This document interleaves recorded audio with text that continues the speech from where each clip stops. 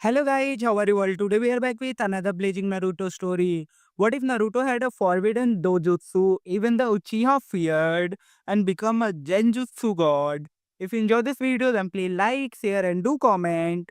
And also check the description to original creator of this beautiful creation.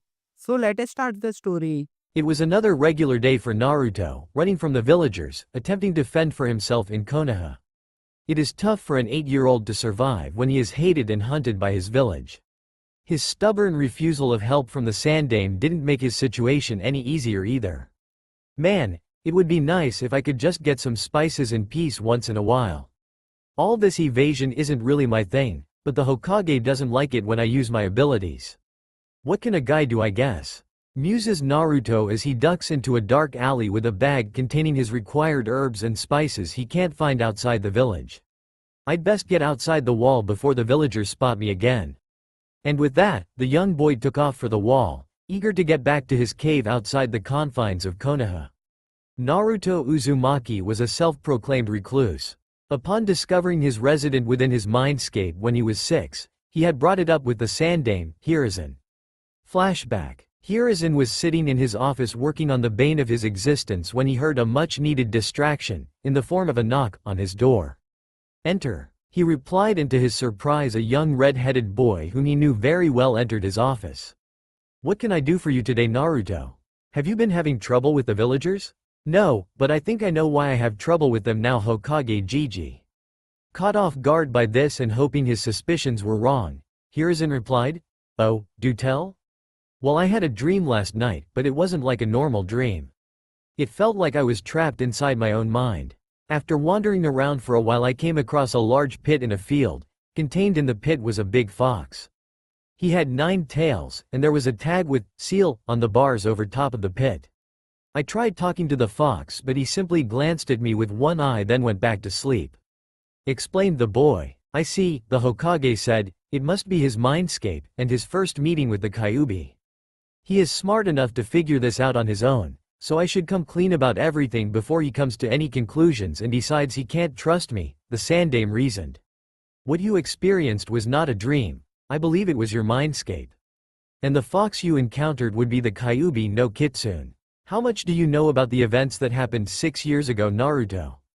"Well, I know the Kyuubi attached the village 6 years ago, and the Yondaime sacrificed himself to defeat the beast. I know many people died that night," he replied. "You would be correct in saying that the Yondaime defeated the beast, but he did not kill it. The Kyuubi is a Biju, and a Biju cannot be killed. If they are killed they will disperse and reform in a few years to sow destruction in their feral state. The only way to safely suppress a Biju is to seal it inside a newborn, whose chakra coils have not yet developed. On the night the Yondaime fought the Kyuubi, he and his wife, Kushina Uzumaki, sacrificed themselves to seal the beast inside their newborn son, you, Naruto Uzumaki." Hiruzen explained solemnly, hoping the boy wouldn't take this too hard. "Okay, so you mean to tell me that I have the Kyuubi sealed inside of me, and that I am the illegitimate son of the Yondaime and the Red Death of Konoha? That is a lot to take in. Why wasn't I told earlier?" Naruto questioned. "A select few shinobi councilmen and myself decided that it would not be safe to tell you of your lineage, due to the Yondaime's enemies he made during the Third Great War. As such we were going to wait until you either turned 16, or became a Chunin to tell you of your lineage and inheritance," the Hokage explained. "Since you know everything now, I must ask that you do not spread this information lightly. It could put you in great danger if word spread outside the village walls. If you could find it within you to forgive me for deceiving you these past 6 years, I would like to offer you the keys to the Namikaze estate, and everything that your parents left for you. But Hokage Gigi, if I were to move into the estate wouldn't it create issues within the village? It would be safer if I continued on as is. I will take my rightful inheritance when I can better protect myself. I will take any scrolls they left me however, as I can maybe learn something from them." The boy replied, "Did I just hear what I think I heard come out of a 6-year-old? His reasoning and deduction skills are incredible. As you wish, Naruto, I will retrieve the scrolls and bring them to you at your cave. Speaking of which, do you still insist on living in that cave? It is harder to keep an eye on you and react appropriately if something happens when you are outside the walls," Hiruzen said. You always have an Anbu watching me anyways, and the villagers don't see me as much when I keep to myself outside the walls anyways, so it causes less problems for everyone. Plus, I like the peace and quiet of my cave, and my eyes don't play tricks of people I don't want them to out there. He explained, as you wish Naruto, I will see you tonight with your scrolls. Do you think you could prepare a stew for us? I always have liked your cooking.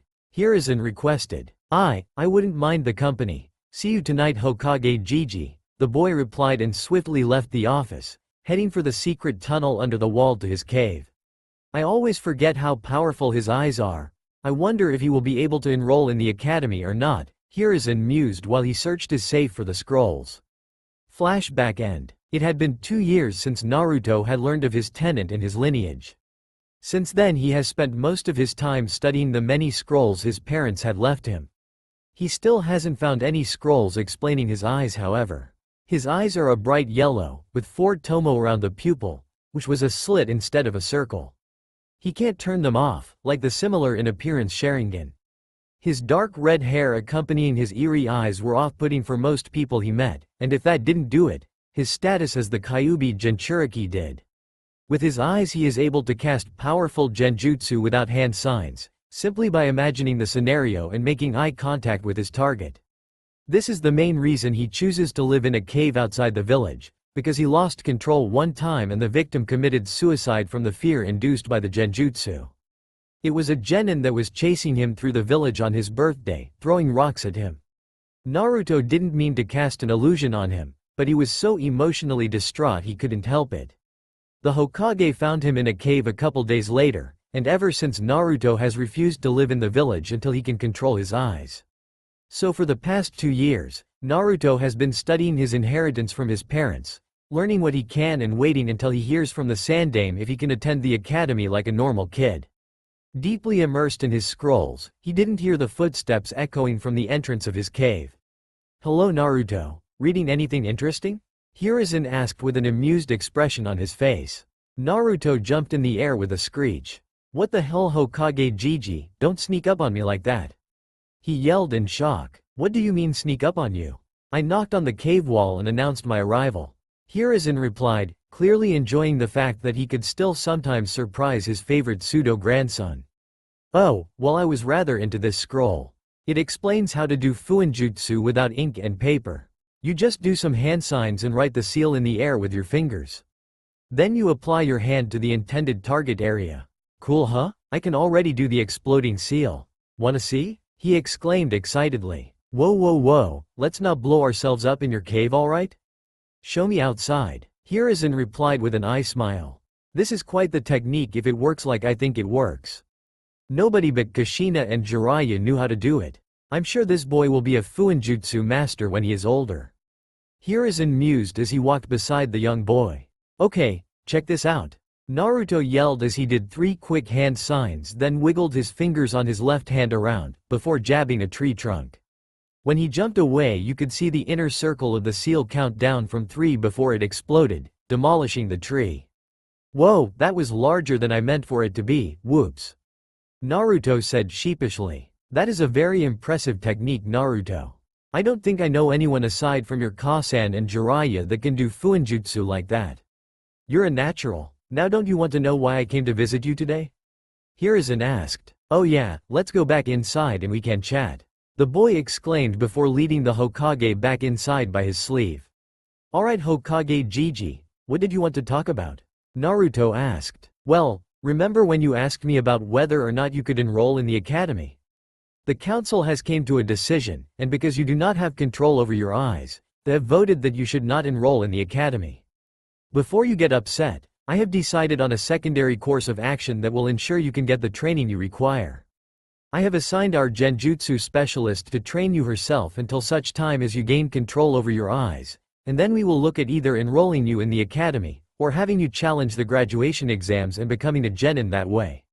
How does that sound? Hiruzen explained. Wait, you really mean it? You found someone willing to train me? Do they want to train me? I don't want to be a burden to anyone. If she has more important duties to attend to, I can continue as I have been. I don't mind, Naruto replied with a slightly dejected and lonely look in his eyes. Why don't you ask her yourself if she wants to train you? Kurenai, come in here would you? Hiruzen said. After that, Kurenai Yuhi walked into the cave and sat down across the fire cooking pot on a wooden tree bench. Yes Hokage-sama, is this the young boy you were telling me about? She asked. Yes, this is Naruto Uzumaki. Naruto, this is Kurenai. When I told her about your eyes she expressed great interest in wanting to work with you. She is arguably the best Genjutsu specialist we have in Konoha. Hiruzen stated. Wow, your eyes are really pretty miss, do you really want to train me? Naruto asked, more than a little bit of hope in his tone. After hearing about you Naruto, of course I want to teach you. Hell, if my hunch is correct by the end of the next 4 years you'll be teaching me. She replied with a wink. Naruto was stunned. He looked silently from the Hokage back to Kurenai with his mouth hanging open, wondering if this was a dream. Coming to his senses he made a hand sign and shouted, release. When he blinked and looked back up at his current guests, he tilted his head to the side and looked awestruck at them again. Kurenai leaned over to the Hokage and asked, is this normal? Should we do something? He'll come to shortly. He hasn't encountered anyone who wanted to spend time with him that he can remember, so this seems surreal to him. Most people are scared of his eyes, and those who aren't hate him for his situation, the Hokage whispered back. I understand, this might be a long 4 years, she replied. It had been 4 years since Naruto was taken under the wing of Konoha's Genjutsu mistress Kurenai Yuhi. During those years Naruto took 1 year to learn to control his eyes and promptly followed with challenging the academy graduation exams.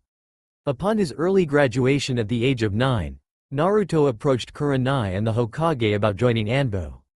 After a long and heated debate between the three, Naruto convinced them to allow him to join Anbu only after Kurenai deemed him at a Chunin level. Flashback. Hokage Gigi, I want to join Anbu. I want to go on missions and get stronger. How can I do that if I don't have a team and I don't get to go on missions and I don't get to test my abilities against other villages since we aren't at war? Naruto exclaimed, frustrated with the lack of progress he had made over the past 2 hours going back and forth with Hiruzen and Kurenai. I understand you don't want me to join Anbu because of their intense practices, and I know of the dangers of route, but I can handle myself when it comes to internal village affairs regarding who controls me. Naruto spit out with venom. Upon hearing this Hiruzen immediately motioned for his Anbu to leave the office. Get me dog and then vacate the office please, he stated, a very serious look on his face. Naruto-kun, we will wait until dog gets here, and then we can continue this discussion. Hiruzen turned back to Naruto as he spoke. Seconds later, an Anbu with a dog mask appeared, kneeled beside the Sandame's desk. You called, Hokage-sama. Dog spoke. Yes, allow me to activate the privacy seals, and you will understand why I have called you. Hiruzen replied as he made a couple hand signs, activating his seals around the room. Now, the reason I called you is because Uzumaki-san here wishes to join Anbu, despite knowing the risks associated with the multiple organizations of influence within the village. He knows about Root? Dog asked, more to himself than to the room. That he does, how I do not know, but I should know by now not to underestimate his deduction skills. I believe Naruto-kun here would benefit greatly from joining Anbu, however I am reluctant to allow him to join without having certain precautions in place. I believe it would be best to wait until Kurenai-san believes that he is at a Chunin level before we allow him to join Anbu. I also think that if he is to join Anbu, he should be directly underneath your tutelage. What are your thoughts on this? Hiruzen asked as he turned from dog to Kurenai. Well Hokage-sama, I think you and I both know by now that once Naruto-kun here has set his mind to anything, he will not rest until he accomplishes it. As such, I find your terms for his admittance agreeable. I don't wish to lose my favorite little nightmare, but I can't think of anyone better to oversee his well-being than Dog-san here. Kurenai explained with some reluctance in her voice. If this is what you wish, I will accept my mission Hokage-sama, Dog replied. There is no way he will be able to reach Chunin level anytime soon, is there? I've heard the rumors of his advanced learning curve, but still. He only just passed the Genin graduation exams. Dog thought to himself. Additionally, I would like you to drop out of Anbu and return to join a Genin team once your age group graduates from the academy. Is that acceptable to you Naruto-kun? Hiruzen asked. Hi, thank you Hokage Gigi, I will be at Chunin level in no time, just you wait. Naruto stated with a confident smirk on his face. He was bubbling with excitement. Finally, I can continue getting stronger. No offense to Kurenai-sensei, but she has been rather limited in what Gigi has allowed her to teach me the last year. She was right about me ending up teaching her about Genjutsu as well. I need to find someone who can teach me about Fuinjutsu soon. Maybe after I'm out of Anbu. Alright Naruto-kun, you are dismissed. Dog, Kurenai, please stay a moment please. Hiruzen said with a wave of his hand at Naruto. The little nightmare, as Kurenai calls him, was much too excited to ponder the last statement and practically floated out of the room, stuck in his musings. What is the matter Hokage-sama? Kurenai questioned. Kakashi, I don't want you to reveal who you are to Naruto. I want him to know you only as dog. If he truly wishes to join Anbu, then I want to see if he can maintain the distance relationship between partners. I am going to send word to Jiraiya. I believe he will be very interested in his godson's current abilities. Hopefully in a few years he will return to the village to train him and get his Kyuubi chakra control at a safer level. That way we can hopefully avoid any further incidents like you had to deal with Kurenai. I will leave you to fill Kakashi in on the details of the occurrence. Hiruzen replied. Flashback end. We currently find Naruto sitting in the back of his age group's academy classroom in his standard Anbu gear, minus his pitch black mask, waiting silently for team assignments. Hiruzen had approached Naruto about leaving Anbu and joining his age group for Genin teams. He successfully convinced Naruto that making more friends his current age would greatly benefit both him and the village as a whole. Sitting beside his only friend in the room, the Hyuga heiress, Naruto patiently awaited the instructor's entrance while ignoring the looks of inquisition he was receiving from the rest of the classroom. A boy with red marks on his cheeks and a puppy sitting on his head finally got fed up with the mysterious stranger sitting beside his crush and decided to approach. Hey new guy, who are you? I ain't seen you around here before.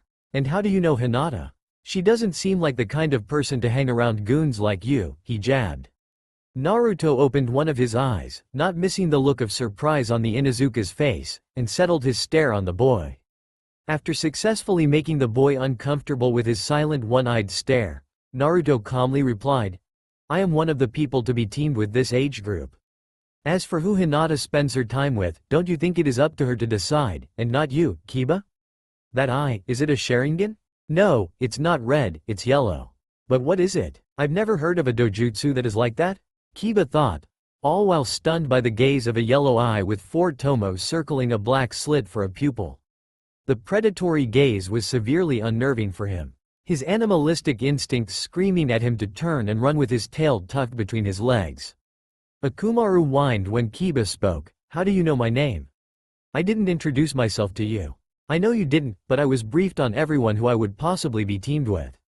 It is only logical to know who you will be teamed up with beforehand. Briefed? What are you, ex-Anbu? No one talks like that. Kiba scoffed. Kiba-kun, please don't antagonize Naruto-kun anymore. He is an old friend I am met through Kurenai-sensei. Hinata finally chimed in. Since you inquired, I am ex-Anbu, now if you would so kindly return to your seat. I was enjoying the peacefulness beside Hina-chan before you made yourself known. Naruto states before closing his eyes again, waving Kiba off. Kiba grunts and turns around, returning to his seat. What is that guy's deal, and there is no way he is ex-Anbu. He looks like he is the same age as us, Kiba ponders. He would have continued his inquiries, but the boy's eyes unsettled him greatly. Naruto-kun, you didn't have to activate your eyes on Kiba-kun. He is harmless, really. Hinata whispered to Naruto. I know, but I didn't cast anything on him, just opened them to unnerve him a bit. He wouldn't have left me alone otherwise, Naruto replies without looking over. I don't know why it unnerves people, I think they are mesmerizing. Hinata muses more to herself than to Naruto. How do you know I'm not using them to influence you like that, Hinata-chan? Naruto whispers, adding the honorific to increase her blush. Hinata lightly hits him on the shoulder, stammering the whole time. YUWW wouldn't dare Naruto-kun. She stammers out, poking her index fingers together and blushing. Naruto just winks in response, returning to his silent musings while waiting for the teacher to show up. After another 15 minutes, Iruka enters the room with a folder in his hands. Hello everyone, and congratulations on graduating from the academy. I have your team assignments here, so please listen up, as Naruto tunes him out, listening for his name. Team 7 is Sasuke Uchiha, Sakura Haruno, and Naruto Uzumaki. Jonin Sensei is Kakashi Hitaki. Iruka states, getting a grunt from Naruto. I was hoping to be on your team Hinata, too bad. Naruto whispers to her, getting a blush and a nod in response.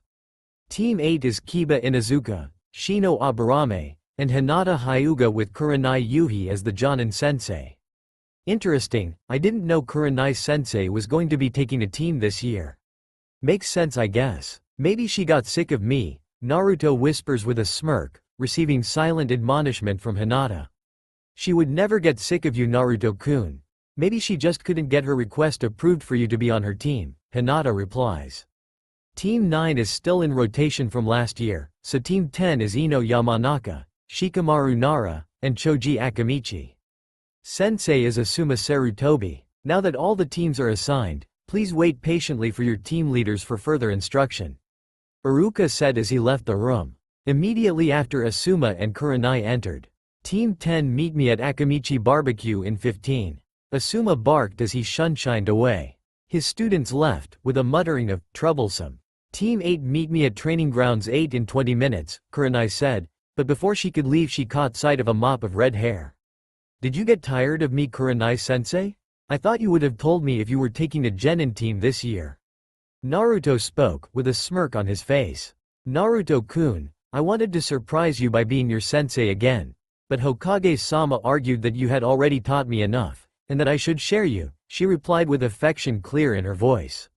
Naruto smiled in return. Well I guess that makes sense, dinner tonight, for old time's sake? It's been a couple months since I got to cook for you too, Naruto questioned while glancing at Hinata. Hinata blushed and nodded, while Kurenai winked at him and shouted, Team 8, let's go you're gonna be late, as she also shunshined away. Sasuke glanced at Naruto with a confused look on his face, questioning him about the odd interaction only to find Naruto with his eyes closed again after Team 8 left. He grunted before returning to ignoring the fawning of Sakura. A couple hours pass before Naruto starts to get irritated with his new sensei. About to make his irritation known, the door slid open to reveal a tall man with gravity-defying silver hair, a face mask covering his lower face and his headband covering one eye. His nose was buried in a little orange book, seemingly ignoring the three kids in the room. After a grunt, he looked up.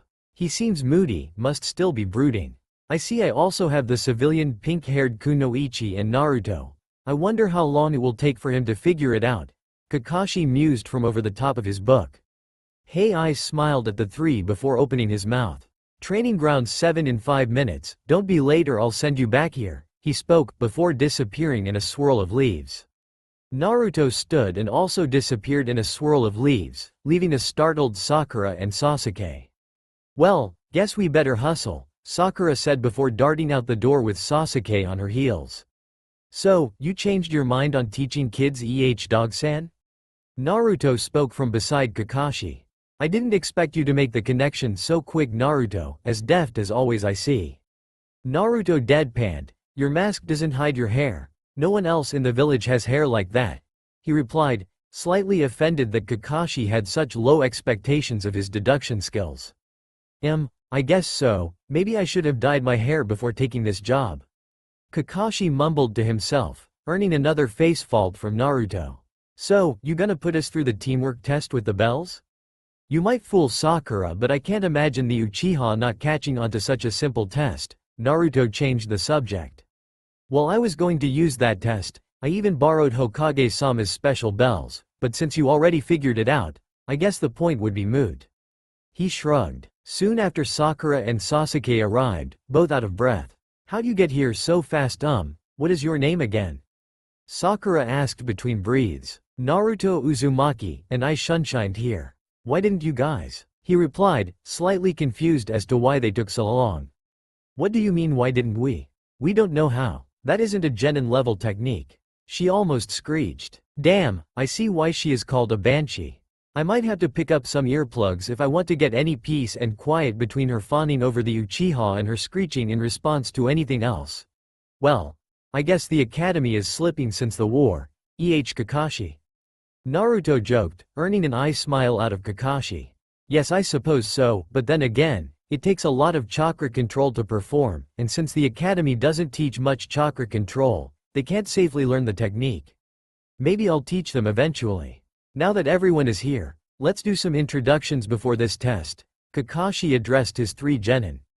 Naruto groaned, having already expected this from his former comrade. Naruto Uzumaki, I like learning about my lineage and spending time with people close to me. I dislike ignorance, I'll keep my dreams to myself. I am a Genjutsu and Fuinjutsu specialist. Naruto rattled off the answers to the usual topics of these introductions, before looking towards Sakura. Okay. I am Sakura Haruno. I like Sasuke-kun. I dislike fangirls of Sasuke-kun. My dream is to prove to Sasuke-kun that I am his best choice for a girlfriend. I don't really have any specialties. Sakura spoke, all the while looking at Sasuke, which earned her an annoyed grunt from the moody Uchiha. Sasuke Uchiha. I don't have any likes that concern you. I dislike being compared to my traitorous brother. I strive to grow strong enough to redeem my clan and take revenge on a certain someone. I would probably be better at ninjutsu and taijutsu than anything else. I'm a close to mid-range fighter. Sasuke stated, earning an intrigued look from Kakashi. Alright, well, now that that is out of the way, let's move on to the tests.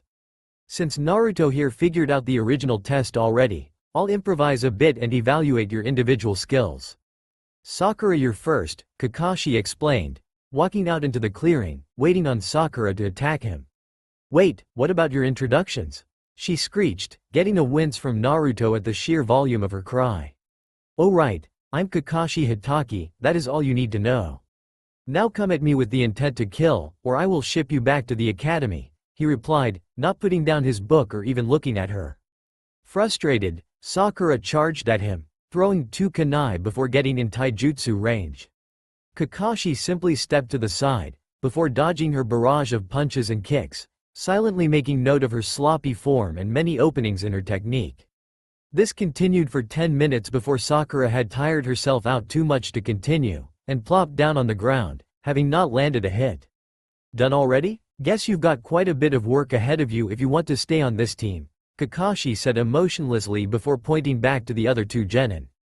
Sakura, more than slightly dejected at the blatant insult of her skill, walked over to the sitting area and laid down, too exhausted to argue right now.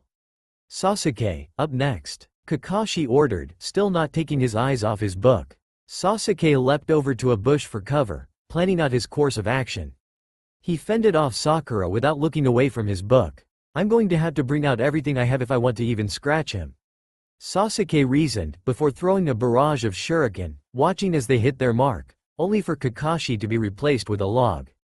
Damn, substitution. Now he knows where I am, how to find him and act quickly. Sasuke dashed to the next area of cover, and spotted a certain Jonin lazily lounging in a tree reading a book. Smirking, Sasuke crept up to him as quietly as possible, before launching into a physical assault of punches and kicks. Finding no success in his physical assault, Sasuke jumped back before weaving a couple hand signs, fire style, great fireball jutsu. He shouted, spewing a giant fireball out of his mouth at Kakashi.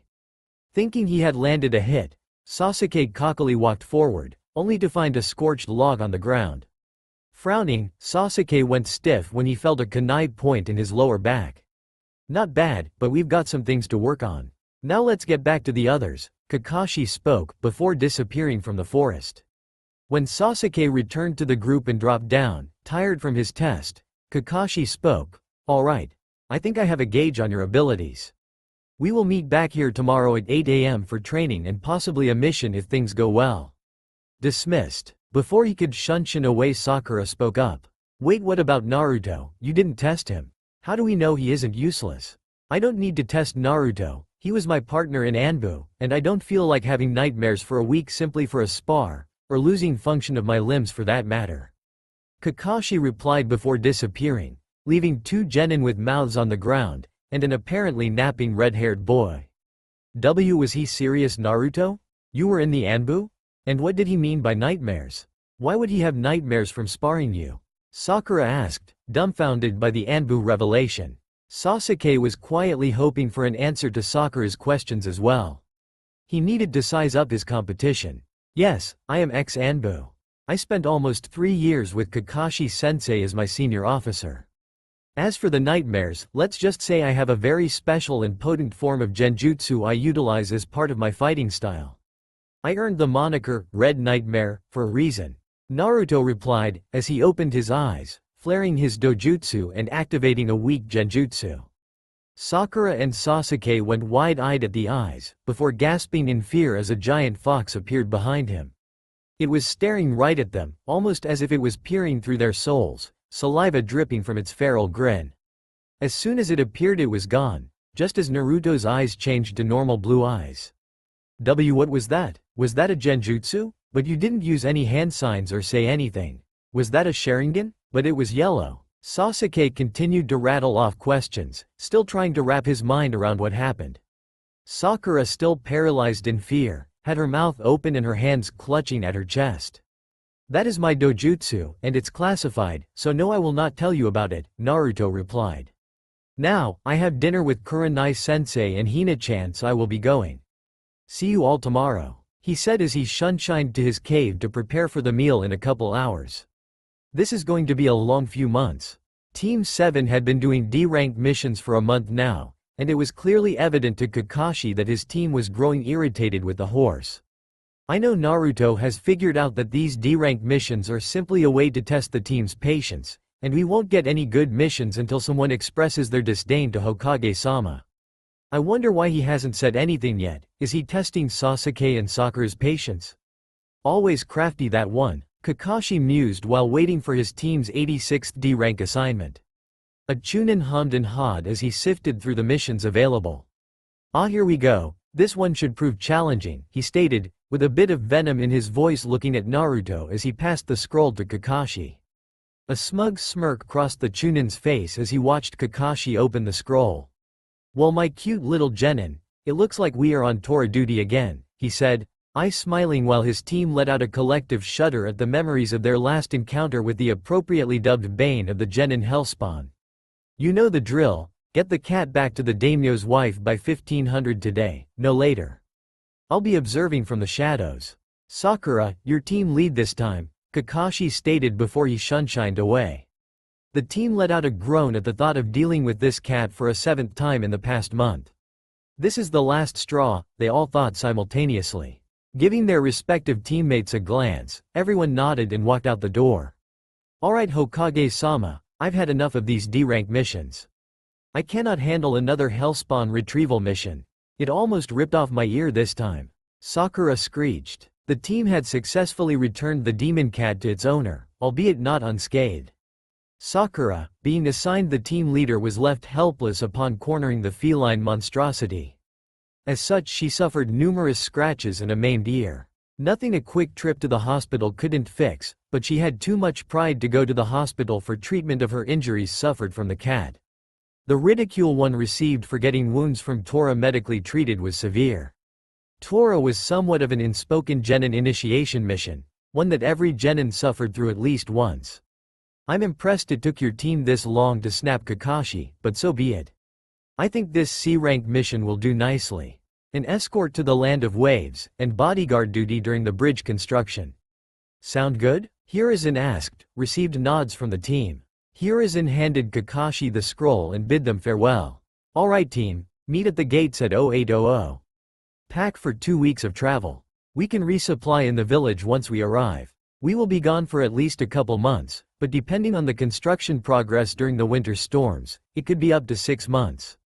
Everyone clear on the details? Kakashi asked.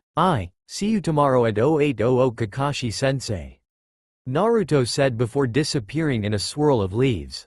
Both Sasuke and Sakura nodded to their sensei before walking away to prepare for the mission.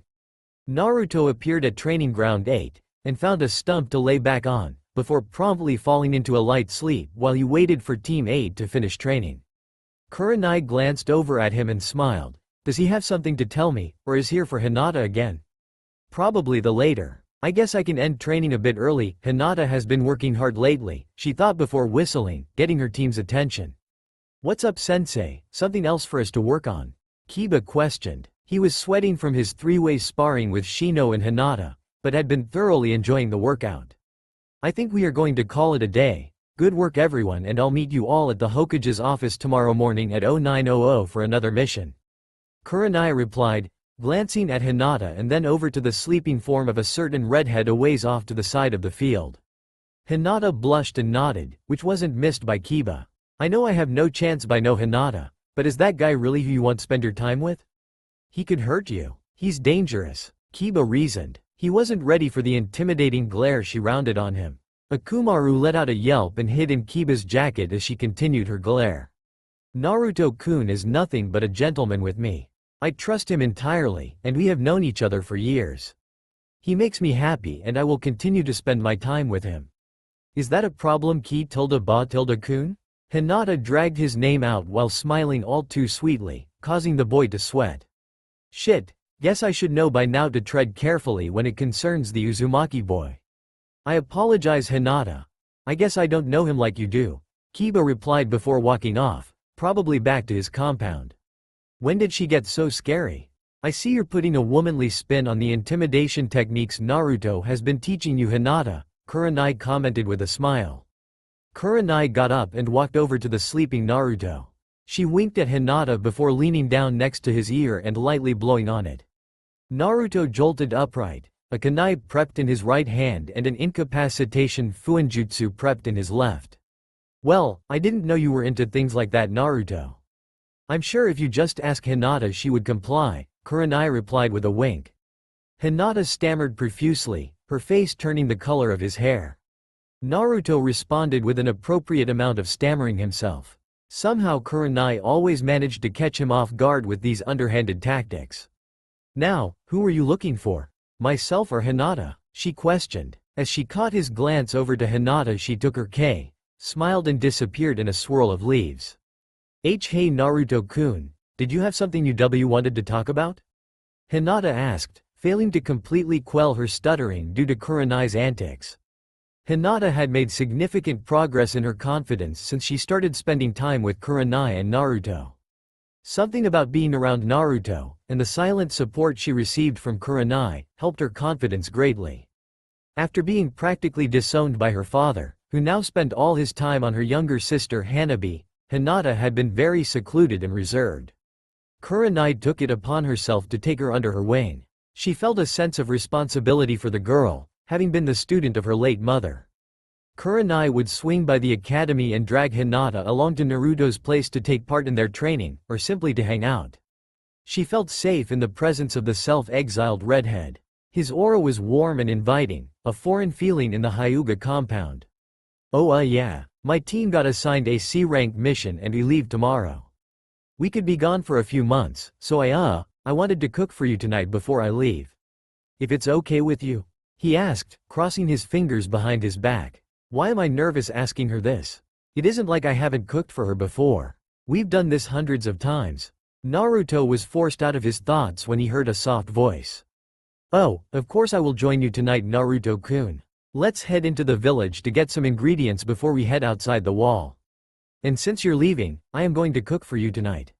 No buts, she insisted with a smile as she almost skipped towards the village. A soft smile graced his face as he stuffed his hands in his pockets and turned to follow after her. As they walked through the village, Naruto listened to Hinata cheerfully talk about her last few missions with a content smile on his face. She would stop at a stall here and there, picking up fresh produce or spices here and there while she continued her one-sided conversation. The pair received many confused, surprised and dirty looks from the villagers. Many refused to sell to the Kyuubi, but they couldn't really refuse service to the most powerful clan in the village. Many had never seen the Hyuga heir so bubbly, and could only stare dumbfounded at the duo casually strolling through the village as Hinata was rambling on while handing Naruto random things from the stalls for him to carry. Even more surprising was the smile on the Uzumaki's face. Many villagers didn't believe he could do anything but scowl or smirk, and most believed he didn't deserve to have anything but a sad expression on his face. Slowly the pair made their way out of the village and towards Naruto's dwelling. Hinata walked right through the large stone that was an illusion to hide the entrance to the cave with Naruto in tow. She quickly set to preparing the meal, as Naruto lit the fire and went to fetch some water for the pot, whistling quietly as he did so. When he returned, he tried to help with the meal prep, but his hand was promptly smacked away by the lavender-eyed girl. "No, you sit down and wait patiently. I said I would cook and I intend to. You have a mission tomorrow and you need your rest," she stated with a hand on her hip, her other waving a finger in his face. "But it isn't fair to let you do the cooking in my own cave," he retorted. "I don't care, just let me do something for you, Naruto-kun. It's so rare that I can do anything for you, so please let me do this, okay?" she asked, her eyes almost pleading for him to give in. "Hinata, you know that isn't true. I still haven't repaid you for what you did for me. You should never have to do anything for me again," he spoke quietly, looking down at the ground with a hurt expression on his face. She looked at him with a mixture of sadness and something he couldn't make out, before quickly stepping forward and hugging him. As she did so, he fell to his knees, and she pushed his head into her stomach to comfort him. "I would do it again in a heartbeat. I will bring you back every time I have to, Naruto-kun. You know that," she whispered softly, running her hand through his red locks as she thought back to that unfortunate night. Flashback. Hinata had just gotten out of the academy for the day and decided she would surprise Naruto and Kurenai. She utilized all of her training so far from her 3 years in the academy and dropped her clan tail before sneaking out of He village to her favorite little clearing. When she arrived, she found Kurenai and Naruto sparring, with a dog-masked Anbu sitting off to the side of the clearing. Lately they had been testing Naruto's ability with his Kyuubi chakra, under order of the Hokage, to find out how much control he had of it. Naruto had been able to utilize a bit of it, but not manifest a cloak yet. She currently gazed at a Naruto on all fours, with his eyes red instead of blue and slitted like his Dojutsu. His hair was slightly longer and wilder, almost appearing like a beast's mane.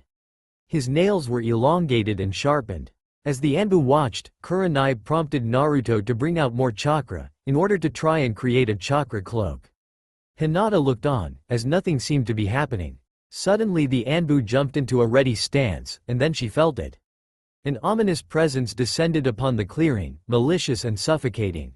A dark red cloud started to surround Naruto, and his eyes seemed to glow red. He snarled viciously at Kurenai, and they could tell his control was slipping. As Dog looked at Kurenai, she shook her head, telling the Anbu that she had the situation under control. Nobody in the clearing was ready for what happened next. Naruto's eyes changed from the feral red of the Kyuubi to his Dojutsu. The Tomo spun, launching a severe Genjutsu at Kurenai, and affecting his surroundings as well. Kurenai screamed out in horror and pain, as did the Anbu. Hinata was stricken still with fear at what she saw. The illusion had manifested a swarm of crows. The swarm was assaulting both Kurenai and the Anbu, tearing chunks of flesh from their bodies before rising up and diving again. Hinata could hear the screams of the two victims, and she steeled her resolve. Making a quick hand sign, she flared her chakra and shouted, "Release." Just as soon as the crows had appeared, they disappeared. Naruto's Genjutsu illusions were incredibly hard to break.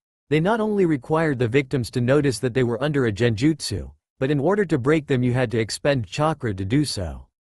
It was agreed upon by the Hokage and Kurenai that this was a side effect of Naruto's mysterious Dojutsu.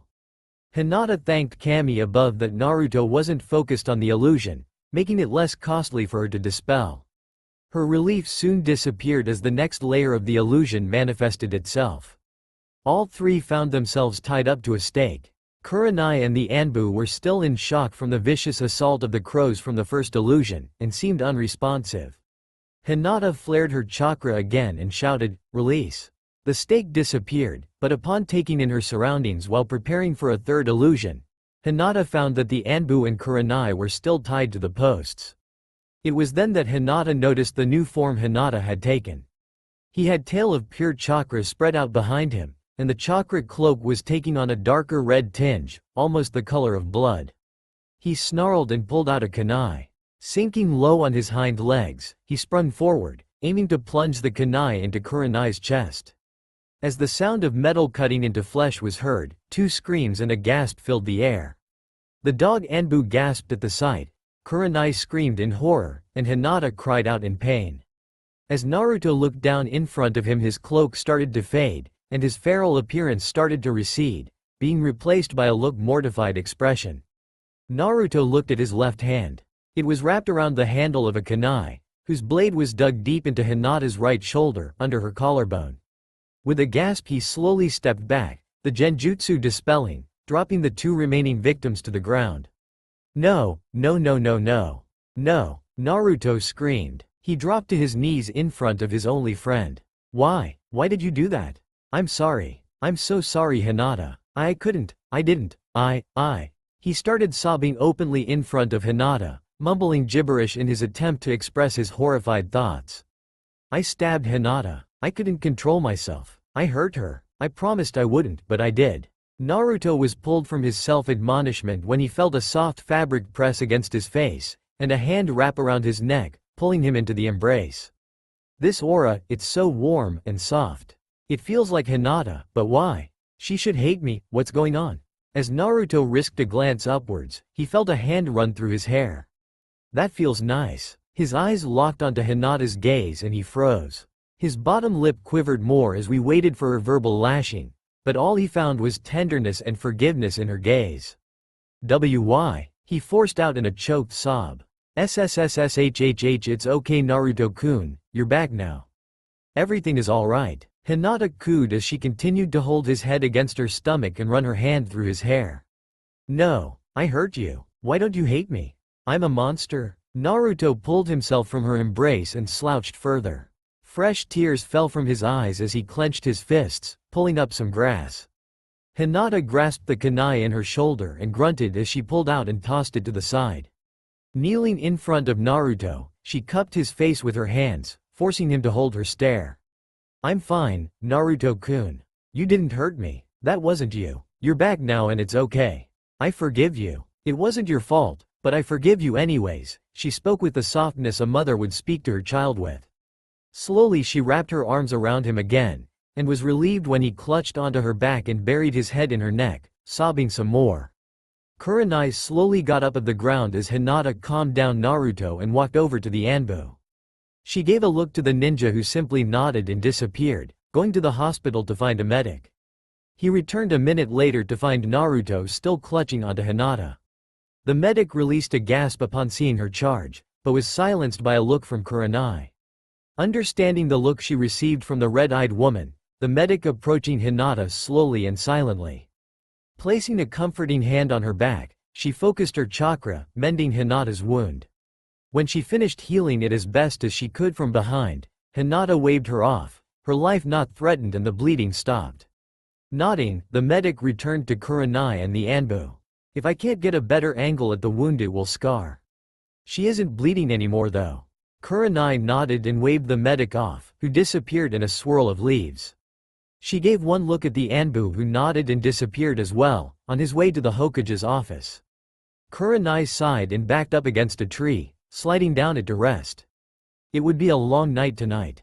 It took another hour before Naruto had cried himself to sleep in the comfort of Hinata's arms. Hinata herself had fallen asleep, the stress of the situation draining her. Kurenai smiled at the couple before picking them up and taking them into Naruto's cave and putting them down on the bed to rest a while longer.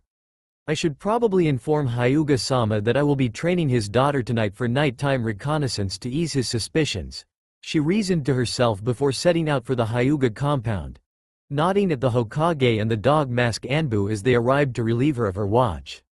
Flashback end. As Hinata ran her hands through his hair, Naruto looked up at her with a questioning look. How can you forgive me so easily? I hurt you so badly. It left a scar. I can't be forgiven for almost killing you. In control or not, it is unforgivable. Hinata pulled back and did something she didn't think she would ever do before. She slapped him, hard. Naruto slowly brought his hand up to touch his red cheek, a shocked look across his face. Hinata kneeled down in front of Naruto and pulled her shirt to the side to reveal a scar below her right collarbone. I will decide what is or isn't forgivable. You can't get rid of me as easily as something like this, Naruto-kun. I bear this scar with pride. I was able to help you, and this is a small price to pay for your sanity. I said it before and I will say it again. I would do it again in a heartbeat. I will bring you back each and every time I need to. I will not lose you to the burden you carry for this village, she stated with conviction. The fierceness of her gaze kept Naruto locked on her lavender orbs.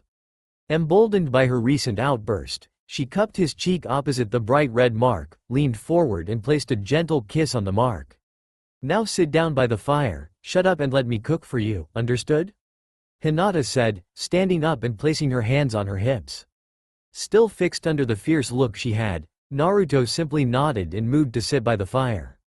As she returned to preparing their meal, she said one last remark over her shoulder to try and pull him out of his funk. "You know, you might be the most stubborn person I know," she commented with a smirk on her face.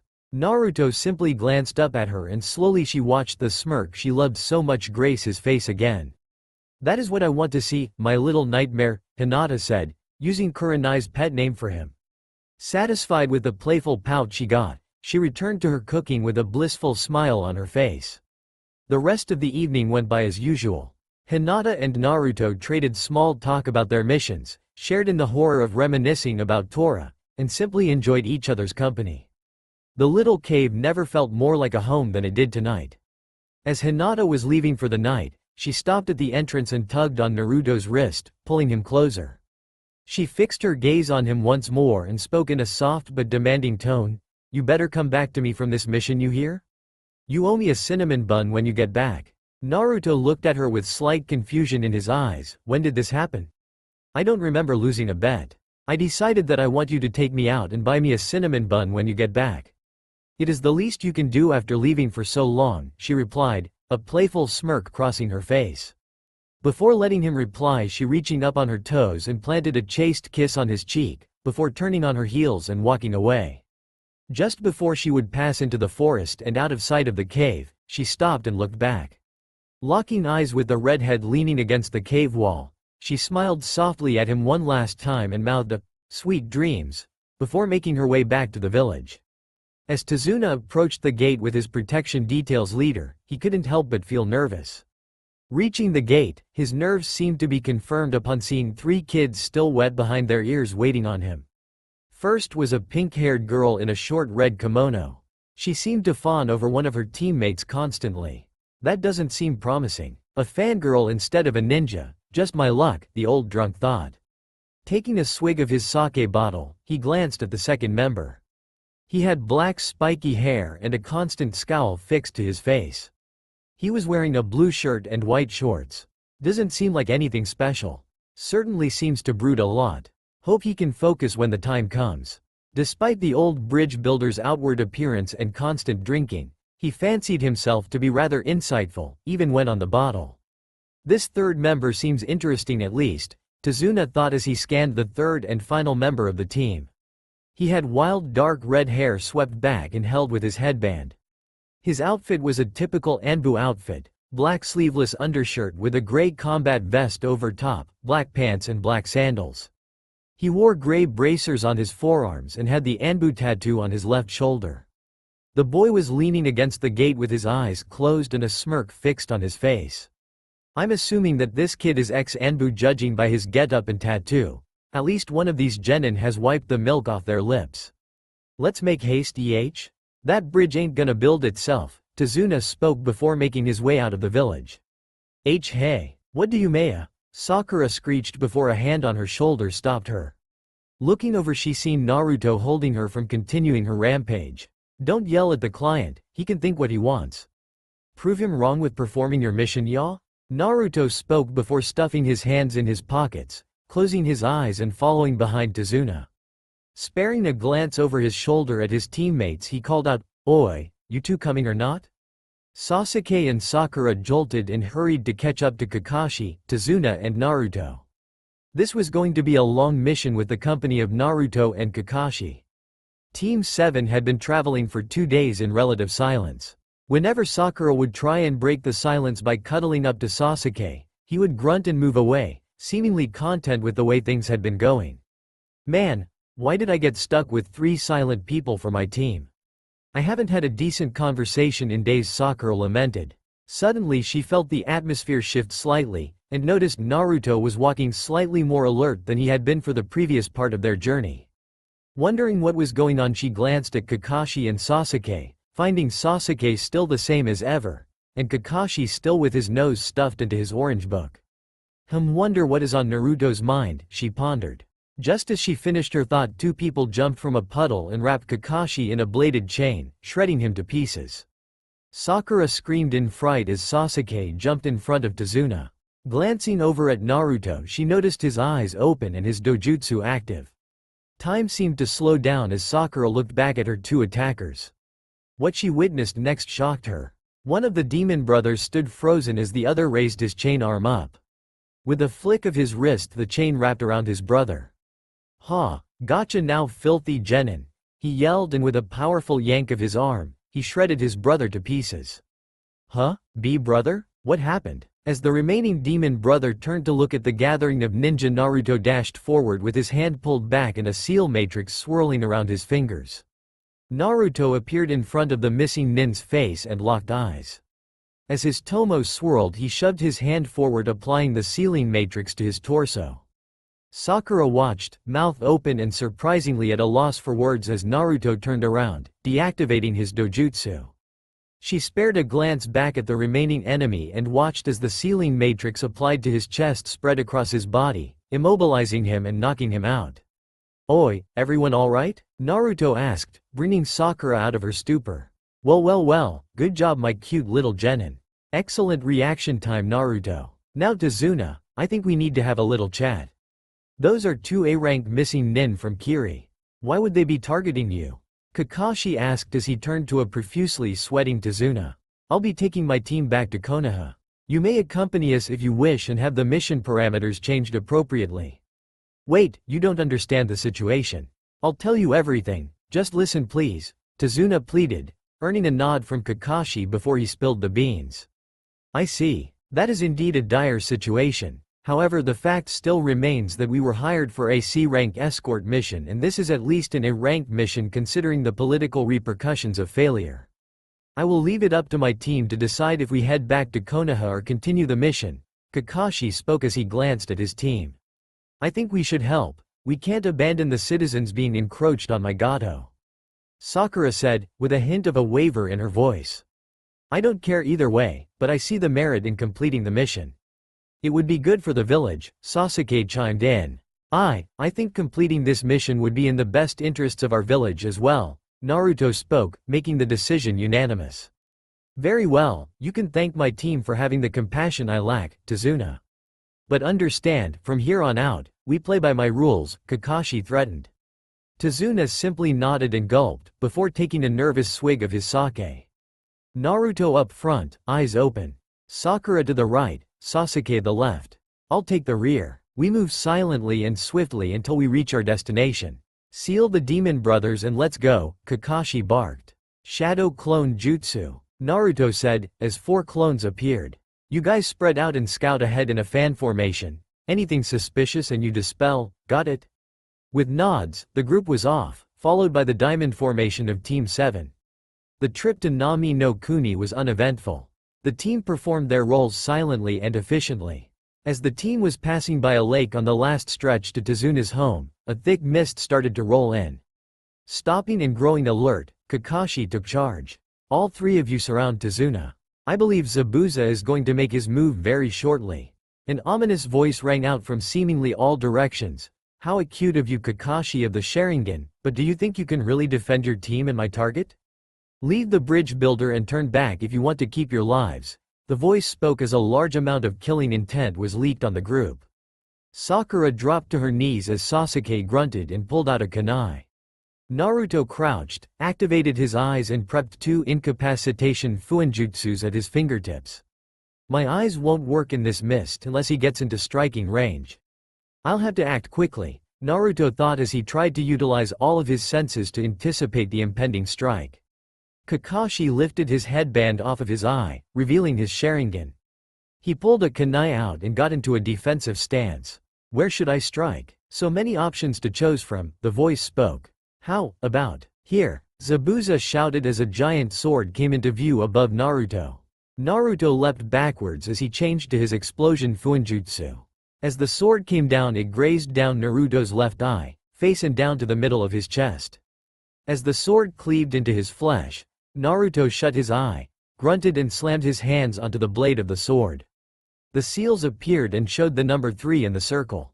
Naruto dropped to one knee and covered his left eye. Damn, I couldn't make eye contact. It is too risky to leave an opening like that again with this dangerous of an opponent.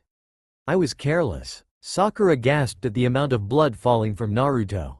Are we all going to die here? She steeled her resolve upon hearing Kakashi whisper to them, "Thanks Naruto, that was all I needed." Suddenly a large explosion went off to the group's left, about 20 meters away. The force of the blast blew the mist away, and Kakashi pounced.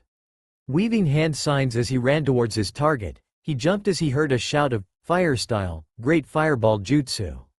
The giant ball of fire passed underneath Kakashi as he finished his last hand sign. Watching the fireball hit Zabuza, Kakashi released his ninjutsu. Lightning style, lightning fang, firing it to the right of Sasuke's fireball. As the water clone Sasuke had hit dispelled, Kakashi's ninjutsu struck true. Zabuza grunted in pain. "We're not done yet Zabuza," Naruto spoke, dashing towards his temporarily stunned target. The lightning coursing through Zabuza's body prevented him from moving as Naruto slammed both of his hands into his chest. As the matrix incapacitated Zabuza, two senbon struck his neck, causing him to fall limp. "Thank you for neutralizing my target, I've been on his trail for weeks now," a voice spoke, emerging from the trees. Team 7 watched as a Kiri Hunter Nin walked out and examined the body. "Again, thank you for your services," the Hunter Nin spoke before disappearing in a splash with the body. "Kakashi, that wasn't protocol. I think we'll be seeing them again soon," Naruto commented grimly.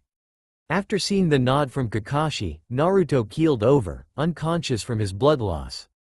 "Sakura, pick up your teammate. Is your place close to Zuna?" Kakashi asked. "Yes, it is, follow me, it's just up ahead," the builder replied before leading them away from the lake. It only took another 45 minutes for the group to reach their destination. "Tsunami, we have guests. I need you to get me the medkit and some spare bedding." Tazuna spoke as he entered his home. "What do yo oh my, I'll be right back. Lay him down upstairs please," she ordered as she hustled to retrieve the medkit. Sakura nodded and continued up the stairs. By now she was soaked in her teammate's blood. Laying him down and moving away from the bed, Tsunami entered the room. "Go clean yourself up, I can patch him up," the older woman said as she knelt beside her new charge. When Sakura didn't move, Tsunami turned around and fixed her gaze on the girl. "I said go get cleaned up, he will not die, his pulse is strong, oddly enough, now go. You look like a walking morgue." Sakura looked down and nodded once more before leaving the room. After a couple hours, Tsunami returned downstairs to see the grim looks on her visitors' faces. "He'll be fine, just needs to rest." How he is still alive and his pulse was so strong after losing as much blood as Sakura had on her is beyond me though. "You ninja are something else," she said, addressing the apprehensive looks as she moved to retrieve a cup of coffee. "So, care to introduce me to our visitors?" "Ah yes, this is Team 7 from Konoha. They are the ninja who have saved my life twice already. Kakashi, Sakura, and Sasuke. Naruto is the boy upstairs. They will be staying here until the bridge is done." Tazuna motioned to the corresponding people as he introduced them. "I see, you have my thanks for saving my grandfather's life twice. If you need anything don't hesitate to ask. I know a decent amount of first aid, since the town doctors have been removed by Gato's thugs I had no choice but to learn from my family." Tsunami smiled. With a bow she turned to the fridge. "Now allow me to make you all dinner, I'm sure you're hungry after your journey." The morning after reaching Tazuna's house, Kakashi set out a routine. Each day Sakura and Sasuke would swap between guarding the bridge and Tazuna, or training with Kakashi. This routine continued for the next week while Naruto slept. "Hey Kakashi-sensei, why hasn't Naruto woken up yet?" Tsunami said it would only take a day or two. "Was he like this with recovery in Anbu?" Sakura asked while sitting down for a lunch break. "No, this is unlike him, in Anbu his recovery speeds were unmatched, I don't know what is going on. All we can do is wait. He is stable so he might have some internal issues hindering him." Kakashi cryptically explained. "He is probably dealing with the Kyuubi, but I can't let Sakura know that." Naruto's mindscape. Naruto woke up laying back against a tree on the edge of a field. Groggily wiping his eyes of the residue left from his extended sleep, he slowly rose and took in his surroundings. A breeze was blowing, however the normally blue sky was replaced with gray swirling clouds. The air was thick with latent energy, and Naruto knew a storm was coming. With a sigh he stretched lazily before sauntering over to the large pit in the middle of the field. I thought you didn't like it when it rained, Kyuubi? Why are you keeping me in here long enough to cause a storm? Naruto questioned, staring down into the pit. The massive fox stared back at him with one glowing red eye silently. With another sigh, Naruto climbed out onto the middle of the cage and sat down, dangling his legs into the cage with the sealed tag right in front of him. You know, you still haven't told me your name. Why not? It must get lonely in here. The large fox closed his eye and let out a puff of air from his mouth, still refusing to acknowledge the presence of his jailer. Well, since I am stuck here, and it doesn't look like you will let me return anytime soon, I might as well entertain you with a story. When I was younger, Naruto started to ramble on. He waved his arms in the air throughout his story, attempting to add some flair to it. His signature smirk crossed his face when he caught the fox stand up. Pausing his story, he looked down through the bars, seeing his feet mere inches away from the Kyuubi's nose. Why do you insist on aggravating me with that same damn story every time you are here? All you do is go to Ichiraku's and spill ramen on Ayame. For the love of Kami, it is a boring ass story. Stop telling it, the fox growled out. To further show his disdain for the mundane story he has heard at least 10 times, he plastered a feral snarl onto his face. To the fox's surprise, the boy smiled. Not one of his patented smirks, but a genuine smile. I didn't think you listened to my stories, I'm glad you care so much. Now it's your turn, tell me a story, the boy requested.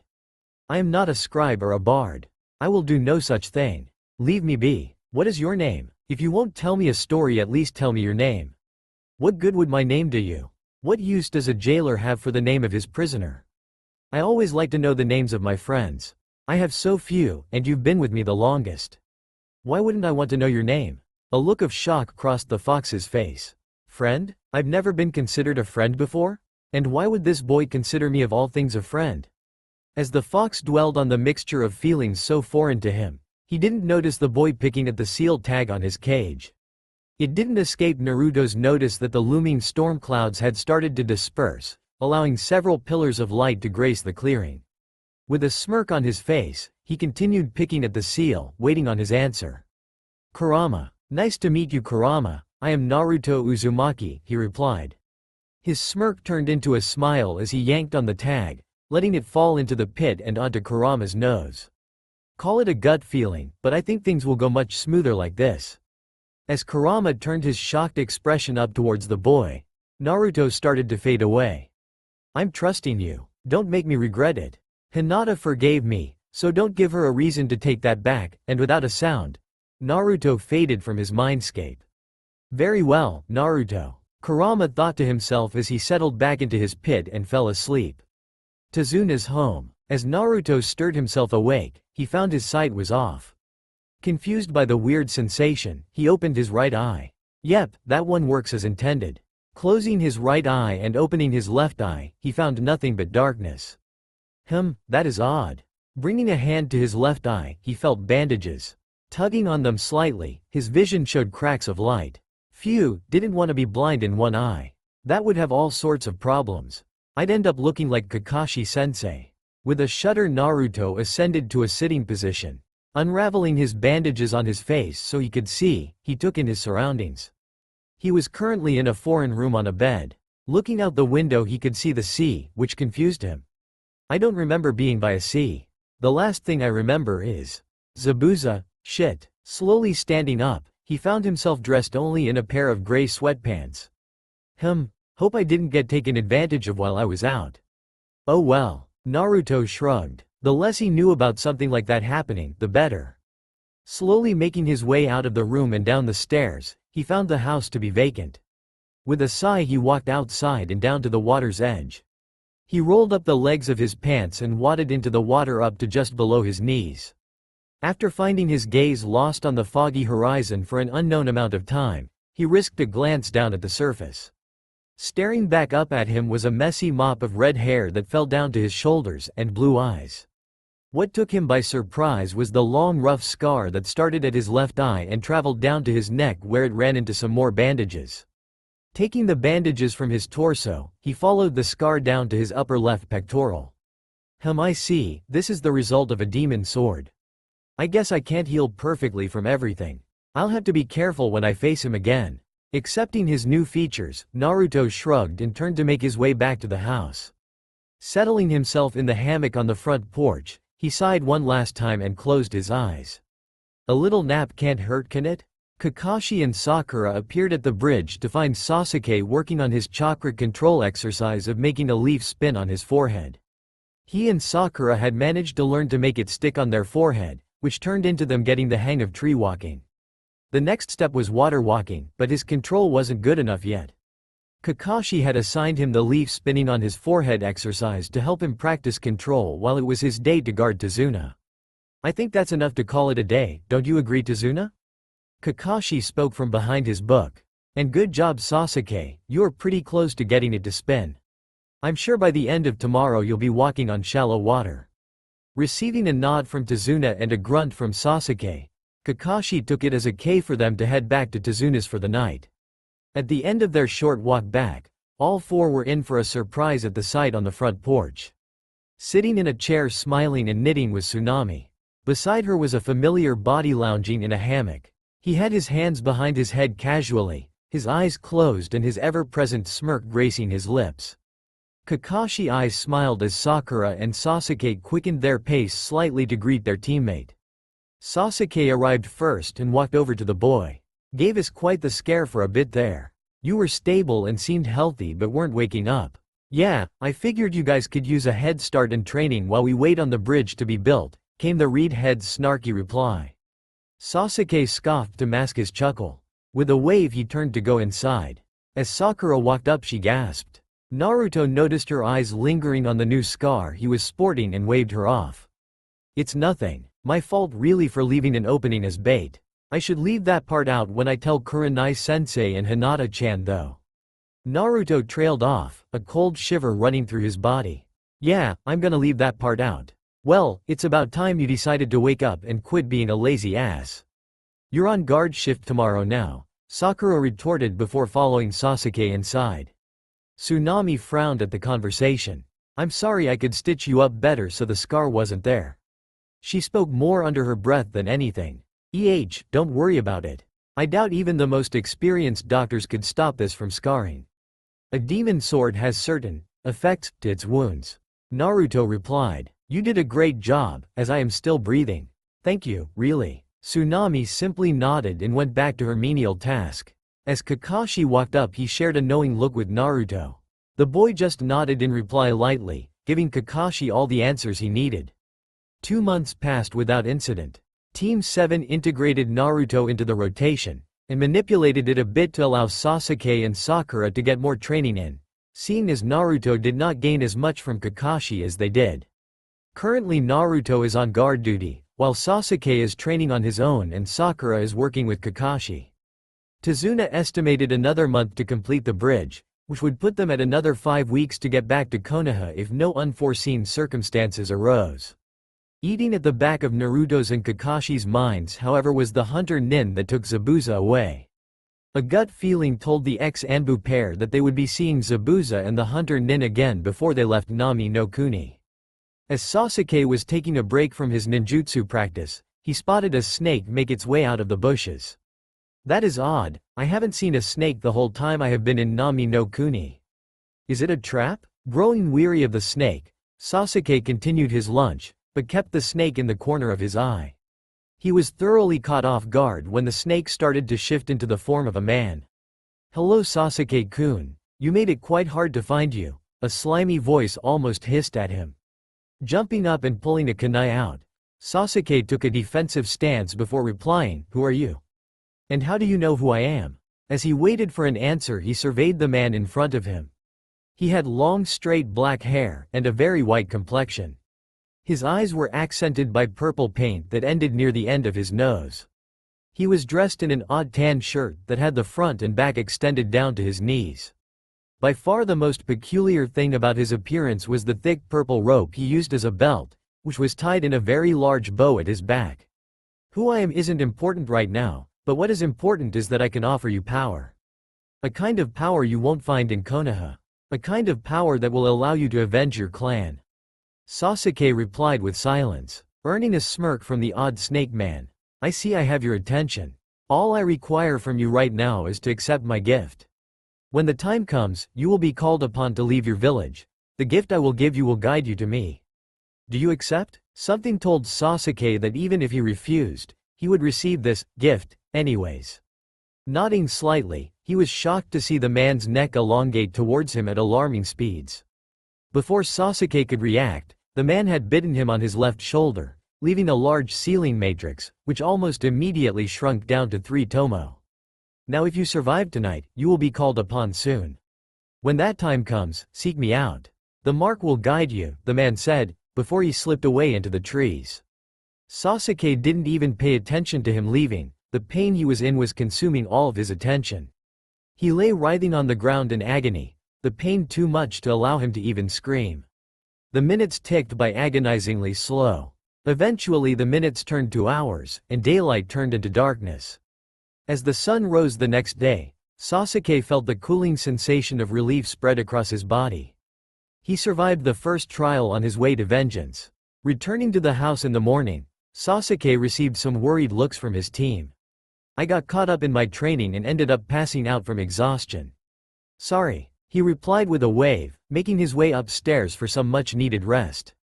The rest of the room just shrugged. The boy had been pushing himself pretty hard the past couple months. He was striving to catch up to Naruto, and that was no easy feat. The last month of construction passed by quickly. As the bridge neared completion, Kakashi and Naruto found themselves growing more and more anxious. Zabuza had yet to make his move, and it was looking more and more like it was going to be a showdown on the final day of construction. As the final few days neared, Kakashi insisted everyone be present for guard duty each day. They needed to be at their best for when Zabuza and his accomplice showed. On the last day of construction, during the group's walk across the bridge to the end, Kakashi's suspicions were confirmed as a thick heavy mist rolled in. The ominous feeling lingering in the air was all too familiar for the group. Sakura, stay with Tazuna. Naruto and Sasuke, I want both of you to handle the accomplice. I will deal with Zabuza, Kakashi ordered, lifting his headband at the same time. Sakura nodded and took her position in front of Tazuna. Naruto activated his eyes and prepped his Fuinjutsu while Sasuke readied a kunai. Remember team, we are to protect Tazuna, that is the mission. Do not get separated. This mist will easily disorientate you, Kakashi advised. You know how to keep your wits about you in my mist, Kakashi. Sound advice indeed. Too bad it won't save your precious little genin from my protege. He will dismantle them. A familiar voice echoed from every direction at once. Haku, kill them all. I will handle the Jonin. A blade materialized out of thin air as Kakashi raised his kunai to block. Naruto and Sasuke narrowed their eyes and strained their senses, waiting for their opponent. A mask materialized from the mist in between Naruto and Sasuke, the figure slashing at both of them with senbon. Sasuke blocked while Naruto ducked and shoved his hand forward towards his assailant's leg. Haku lifted his leg and kicked it towards Sasuke, hitting him in the stomach and pushing him back. You know, I didn't expect all of you to be on the bridge. I can't imagine Gato to be honorable enough to leave the builder's family alone, Zabuza taunted. Sharing a look, Sasuke dove into combat with Haku as Naruto disengaged. With a quick hand sign, Naruto shouted, Shadow Clone Jutsu. 5 clones appeared in front of him. 2 of you protect Tazuna. The other 3 get to the house now. Aye aye sir, they echoed before dashing away. Refocusing on his opponent, Naruto watched as Sasuke struggled against Haku. The kid was good, very good. He prepped his Fuinjutsu before dashing back into the fray. He couldn't cast Genjutsu effectively in the mist, so that left him with his Uzumaki inheritance. Welcome back, unfortunately you have returned at an inopportune time, for this is taking too long. I will end this now. Ice style. Demonic mirroring ice crystals. Haku shouted. With the end of his jutsu, a plethora of ice mirrors materialized from the mist and encased both Sasuke and Naruto in the dome. Haku entered the mirrors and was reflected upon each mirror in the dome. No one can escape my ultimate technique. I apologize, but I must kill you now. I will not fail Zabuza-sama. Haku began dashing from mirror to mirror, raining senbon down onto his victims. Sasuke and Naruto did the best they could to defend themselves, but the senbon seemed to come from all directions. Slowly but surely, the boys were becoming pincushions. We can't keep this up forever. Do you have anything in your bag of tricks, Naruto? Sasuke asked. I can think of something, but I need a few minutes. Can you hold on solo for that long? Sasuke nodded and steeled his resolve. He watched as Naruto disappeared in a puff. Huh, shadow clone. Welp, here goes nothing. After the clone disappeared, Sasuke found himself being riddled with even more senbon than before. The absence of his teammate's clone is a shield, leaving more openings. Well, I have to try something. Fire style. Great fireball jutsu. Sasuke shouted, aiming his ninjutsu at one of the mirrors. It seemed to waver a bit. Maybe if I continue to hit it. And so Sasuke continued to rain fire down upon the single mirror, hoping it was doing something. If he could break one mirror, he would be okay. Exhausting most of his chakra, Sasuke could see that he wasn't making any headway. As if his realization wasn't enough, a senbon hit him in the pressure point on his shoulder, causing his right arm to go limp. Damn, and all because I'm too weak. I don't even have my Sharingan yet. Pitiful. Sasuke dropped to his knees, unable to muster the strength to block anymore. Looking up, he watched as Haku came halfway out of his mirror. It looks like you have been abandoned. Now you will die. With those words, Haku threw a handful of senbon aimed at Sasuke's neck. As Sasuke watched the needles fly towards him, time seemed to slow. I was abandoned again, just like Itachi. I'm weak, that is why. I don't want to be weak anymore. I need to get stronger. And with those thoughts, his eyes flared. He pumped chakra to his eyes, and they turned blood red, one tomo around the pupil. At the last moment, Sasuke dodged the needles. What, Sharingan? My job just got a lot harder, Haku thought. Merging with his mirrors again, he rained more senbon at the boy. Less seemed to hit him than before, but some still met their mark. It would take longer, but the outcome would be the same. Haku smiled. Victory was still assured. At least that is what he thought until his was frozen halfway out of his mirror. Looking around, he could see his mirrors melting. As he looked towards Sasuke to see if he was the culprit, he was shocked to see Zabuza instead, riddled with senbon. What, Zabuza-sama? I was attacking the Uchiha, not you. He muttered. You failed me, Haku, you disgraced me. Now we will both perish here. Zabuza spit out. Haku shivered at the murderous glare he was receiving from his master. Before Haku could say anything else, a cold, chilling laugh sounded out. It was sinister, and the air filled with a murderous chakra. The density of it was so thick, Haku was struggling to breathe. He panicked and looked around wildly for the source. He couldn't find it, it was coming from everywhere. As Haku glanced back at the mirror he was stuck in, he seen Zabuza's form. You failed. Kill yourself. You have disgraced me enough. At least do me the favor of taking your own life. The mirror spat out in venom.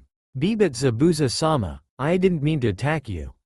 The sound of that sinister and mocking laughter cut Haku off. It was driving him mad. His own master was mocking his weakness.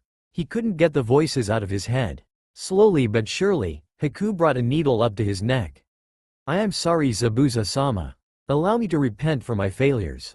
As he finished his last sentence, the boy drove his needle into his neck, directly into his spinal column. The Genjutsu dropped, and revealed an immobilized but otherwise fine Sasuke, kneeled beside Naruto, who was shrouded in Kurama's chakra, with two tails swinging back and forth behind him. The body of Haku dropped with a thud as the mirrors shattered and dissipated into nothing. At the same time, the mist cleared away, revealing Zabuza pinned by 8 ninkin across from Kakashi, who had a sizable gash on his chest. Well, looks like you failed again, Zabuza. Good thing I decided to bring my army to make sure the job got done. I'm glad I won't have to pay you either, not that I ever planned on it. A small man spoke from the end of the bridge. Gato, I assume? Kakashi asked. Naruto, would you please take care of that trash? I'm a bit drained at the moment. Naruto nodded before turning towards the advancing mob. He flared his chakra and the tomo around his eyes spun. The moment they did, Gato's army put their swords to their necks and slit their throats. The sight was eerie, and as Sakura watched, she couldn't help but lean over the side of the bridge and let loose her stomach's contents. What did you do to my men? Gato screamed. Naruto simply ignored the man and glanced at Kakashi, asking a silent question. Receiving a nod from his sensei, Naruto pulled out a scroll, applied a Fuinjutsu matrix to his hand and placed his hand on the scroll. He walked up to Gato next and shoved his matrix-covered hand into the man's chest, sealing him within the scroll. Returning to his group, Naruto smirked at Tazuna. Well, should we finish this bridge or what?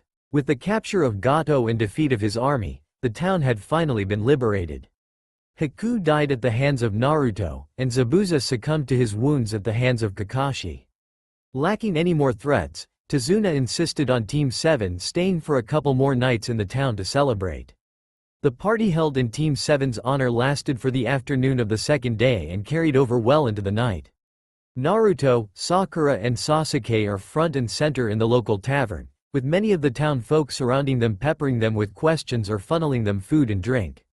The trio attempted to avoid consuming liquor, recalling their sensei's lecture on the vices of shinobi, but eventually the villagers wore them down. With a bottle of sake in his hands, Naruto smirked at Sakura and Sasuke. Giving them a wink, he substituted with a shadow clone and proceeded to make his way to the outskirts of town. Letting his wandering body take him where it pleased, Naruto delved into his thoughts. This mission sure has been eye-opening. I'm going to have to get stronger in case I come across more swordsmen of the mist or demon swords. They seem to have a larger affect on me than normal people. It must be linked to Kurama. As Naruto continued to ponder, he found himself on the start of the bridge. With a shrug, he sat down and leaned against the side of it. Speaking of Kurama, I wonder if I did the right thing with the seal. I'm sure he would enjoy the space. I know I would hate being locked up in a cage. I guess all I can do is hope it doesn't backfire on me. For the record, I do appreciate your actions with the seal kid. You will get no trouble from me, as long as you can continue to learn to control my power and not lose yourself to my anger. The deep voice of Kurama resonated in Naruto's mind. You can hear my thoughts? Well, that would have been good to know earlier. Always the secretive one, aren't you? Silence. Oh, that's cute. Drop a bombshell like mind reading on me and then go back to your nap.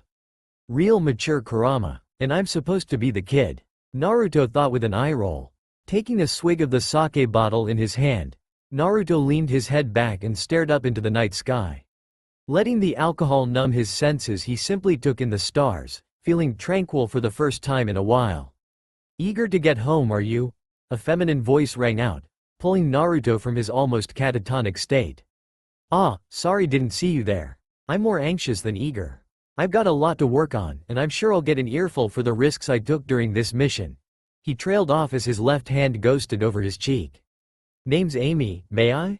Gesturing to the spot beside Naruto, he nodded, passing her the bottle as she plopped down next to him. Thanks. I've been coming out here every other night or so since the bridge was started.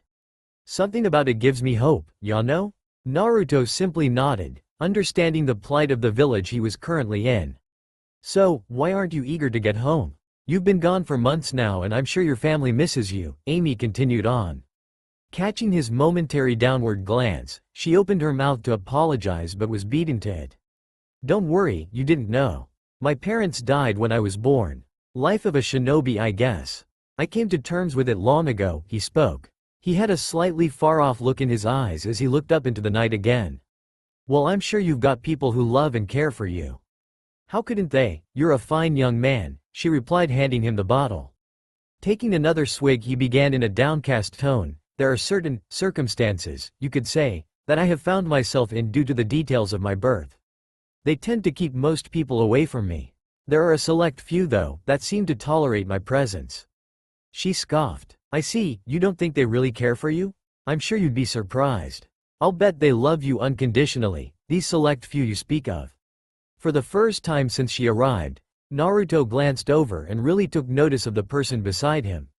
She had long dark brown hair that framed her slender face and brown eyes. She wore a simple green dress and black sandals. She looked about 17. Average is how he would describe her. Average in every sense of the word. But she is nice. I don't remember the last time I met a nice stranger. Naruto smiled. Yeah, maybe you're right. Maybe they do truly care for me. I'll have to spy on them and find out when I get back, he joked. His jest earned a giggle from the girl. He took one more drink before passing the bottle. You shinobi are an odd bunch, is it just your team, or are all of your kind like you? She inquired, taking another sip. Well, I wouldn't say many are like me per se, but most shinobi are a bit off by civilian standards. With what we see in our line of work, most of it is a coping mechanism. I am not without mine either. I guess we just see the world a bit differently, he shrugged. Well, for what it's worth, I'm sorry you have to live like that. You're so young and you've already seen so much. I'm thankful for all you do, but I'm sorry as well. She drifted off when he shook his head. Like I said, don't be sorry. It's my choice and I don't regret it. If I regretted all of the choices I've had to make, I'd have gone crazy by now. I'll find somewhere I belong eventually, Amy, so don't feel sorry for me. The life of a shinobi is a lonely one, and I've accepted that. Naruto said with a hint of sadness in his voice. Amy simply nodded and handed him the bottle, watching him take another hefty swig before she spoke again. Well, if it ever gets to be too much, or you need to escape, come back here. This village, and I personally, will welcome you with open arms and without question. Naruto took another long draw of the bottle before handing it back one last time. Thanks Amy, you're pretty kind. But I feel kinda tired now. And with that he passed out, falling over and landing his head in her lap. She let out a squeak of surprise before a gentle smile graced her face. As she set the bottle aside, she brought her hands up to run her fingers through his hair. Good night Hina-chan, the boy purred. It seems you do have someone special to you. She thought as she settled in for the night. Sweet dreams. As the sun starts to rise above Nami no Kuni, a figure stirred on the bridge. Ah, looks like he is waking up. I hope he isn't too hungover, Amy thought with a giggle. Naruto stirred slowly, scrunching his eyes. Good morning Hina, huh? He questioned as he stared up at a brown-eyed girl. Well, it appears that I don't handle my sake very well if this situation and my headache is anything to go by. As he sat up he turned to her and asked, did we do anything last night? I don't mean to offend but I don't recall falling asleep. The girl giggled again, with more mirth this time and replied, no, we sat and talked before you passed out and fell on my lap. I decided to keep you company is all. Oh I see, Amy right? I think it's coming back to me. Yes, now who is this, Hina-chan, you were moaning about last night him? She must be quiet the looker to have a rambling heart like yours thinking about her. A profuse blush crossed the boy's face, almost matching his hair color. She is one of the few people who is close to me is all, he mumbled out. Well, from the sounds of it she certainly has to be quite close to you, Amy said with a wink. Now let's get you to your team so you can get back to your Hina-chan y'all? Come on. Standing up Amy offered him a hand, pulling him up to begin their search for Team 7. Sasuke and Sakura were seated on the front porch of Tazuna's house, waiting for the arrival of their last member. Someone is coming from town, I see red hair and brown hair. The redhead must be him, but who is, oh my. That sly dog, Kakashi spoke, leaving his genin to connect the dots. Sakura blushed as Sasuke let out a grunt before they all stood up and readied to take off. As Naruto approached his team, he turned back and waved to his companion. With a smile and a wave back she turned and headed into town. So, that is why we have been waiting a little longer to return to Konoha. Can't say you didn't earn it, Kakashi said with a wink. Now let's get a move on, we should be home in a couple days if we make good time. With that Team 7 was off, happy to be traveling at a shinobi pace this time. And that is the summary of our mission Hokage-sama, Kakashi said as he finished his report. I see, Naruto, do you have the scrolls containing the heads of the demon brothers and Zabuza for their bounties, along with the scroll that has the sealed Gato? Naruto nodded and placed them on the desk.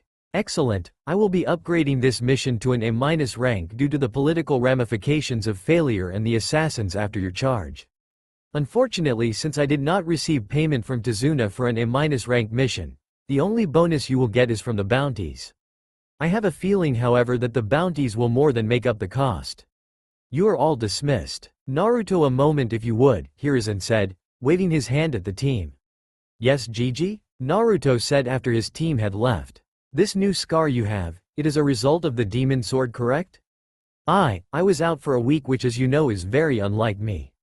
I spent some time with Kurama though, so that might be why.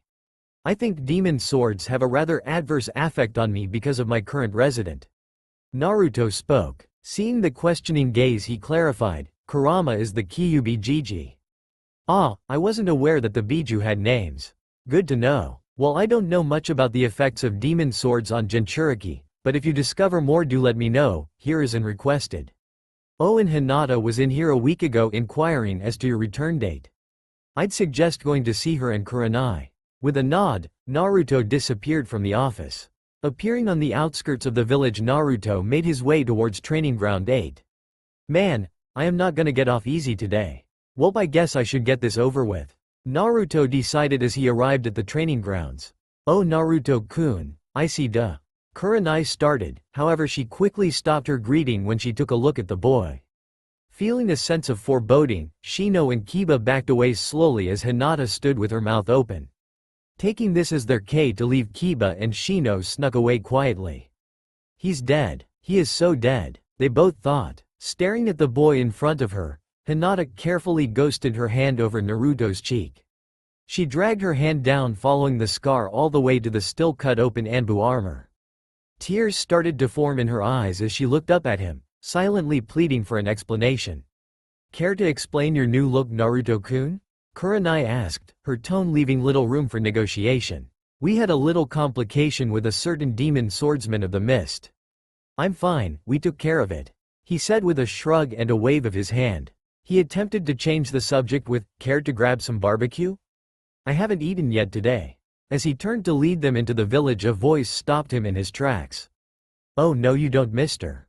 Get back here and explain. Damn, I guess I should have known that wouldn't work. Welp, it was a good life. And so I woke up a week later.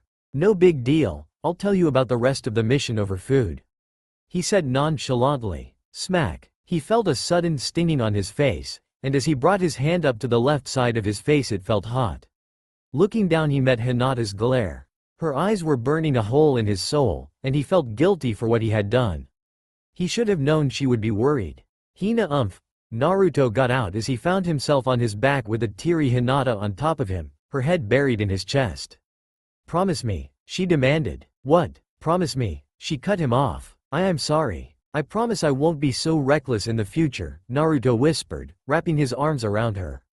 Kurenai smiled at the sight. Now, let's go get some food, y'all? On me, she exclaimed before heading off into town. As Naruto and Hinata stood and started walking into town, Hinata clasped her hands around Naruto's arm. Receiving a quizzical glance, she simply said, You owe me for scaring me. Naruto just shrugged and gave her a nod. And you still owe me a cinnamon bun too, she whispered under her breath.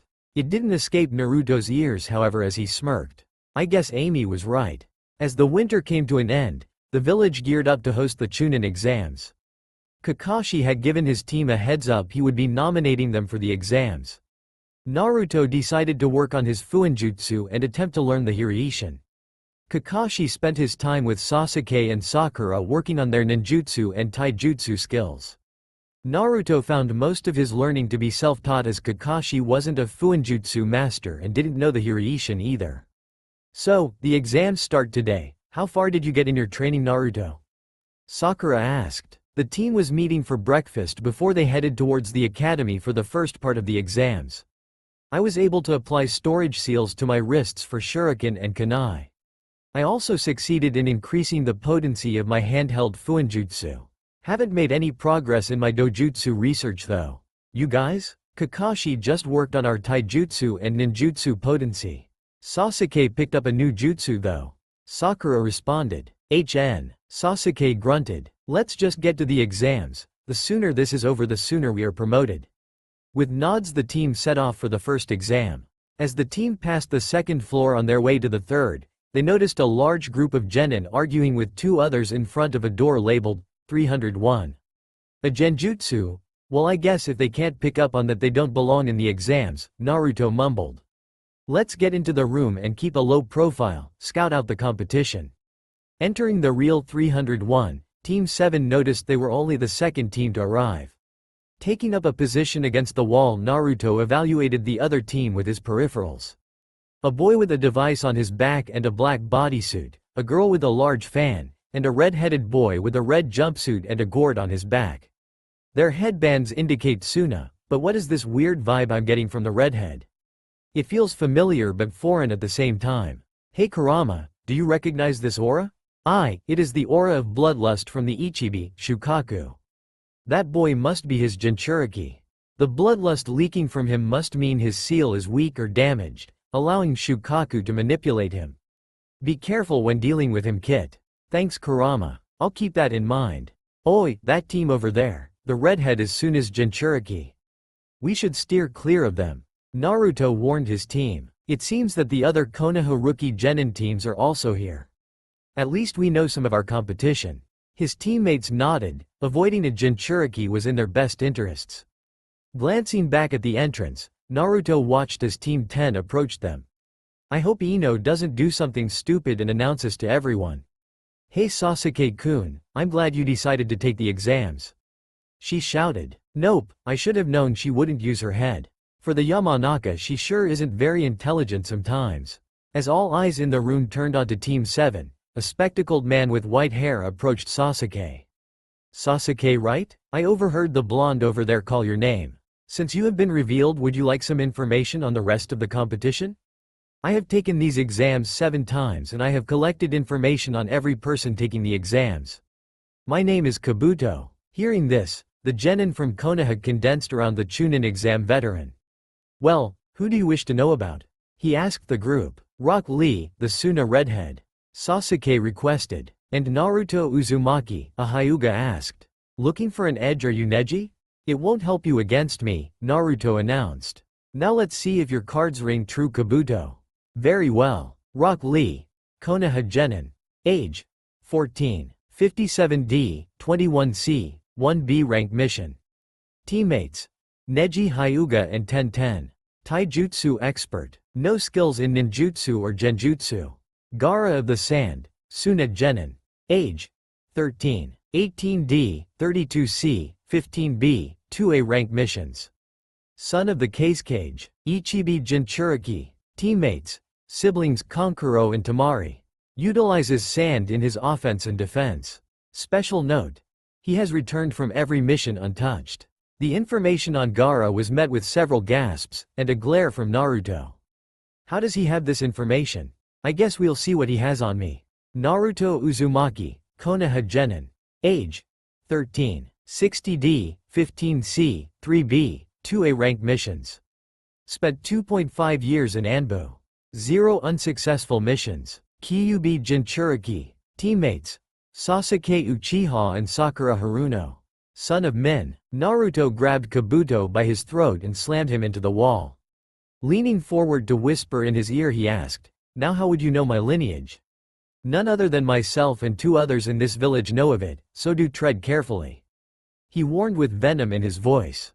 If you decide to continue your report, you will lose your head. My master has given me the information on these cards. Kabuto whispered back. Alright maggots, listen up. Everyone take a number and take your assigned seat. The exam starts now. A large man with his headband on like a bandana shouted. The exam will be 1 hour. There are 9 questions in the first 45 minutes. After the first 45 minutes I will administer the last question. You start with 10 points. For every question you get wrong you lose a point. If one person on your team fails, the entire team fails. Get caught cheating, you fail. Clear? Begin, he bellowed. These are all Jonin and Cage level questions. I could maybe answer one of them. So I can answer one of them and still pass with 1 point, or I can do as the test is intended and attempt to cheat to get the answers. I think it's about time for a nap.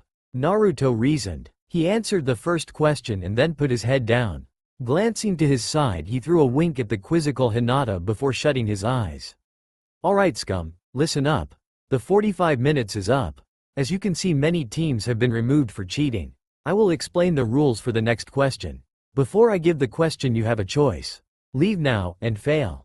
Retake the exams next year. If you stay and get the question wrong, you and your team will be banned from taking the Chunin exams forever. You will remain a genin for the rest of your pitiful lives. Take this opportunity to leave now. The proctor announced. You can't do that to us. This guy has taken the exams 7 times. Asuna genin shouted. Well, you lot are unlucky, because I am the proctor for this exam and I make the rules. Now decide. Your future depends on your decision. Maybe next year you will get lucky and I won't be the proctor. He rebutted. Slowly teams started to disperse. After 10 minutes of waiting it seemed that no one else would leave. Is there no one else? No? Very well. Congratulations, you all passed the exam. The proctor announced. What? What is the question? What the fuck? The same Suna Genin yelled. To stay without the essential information or to abandon your mission? That was the question. Information is a powerful thing, the proctor said as he removed his headband. His head was riddled with scars, the remnants of extensive torture. You may find yourself in enemy hands. It will be imperative to your mission and your village that you do not break. Some villages, like Iwa, have more extreme methods of extraction. Before he could continue, the windows shattered and a smoke bomb went off. As the smoke cleared, a banner could be seen hanging from the ceiling. Standing in front of the banner is a woman with purple hair, a mesh shirt, orange skirt and a tan trench coat. My name is Anko, and I'm your proctor for the second exam. You've got 10 minutes to meet me at training ground 44. Let's go. With that she leapt out the window and took off.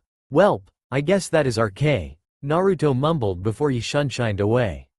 Alright, here is how this works. Beyond this gate is training ground 44, also known as the Forest of Death. It is named appropriately. Everything from wildlife to fauna can and will try to kill you. Each team will get a scroll. There are 2 scrolls. Collect both scrolls and get to the tower at the center of the forest.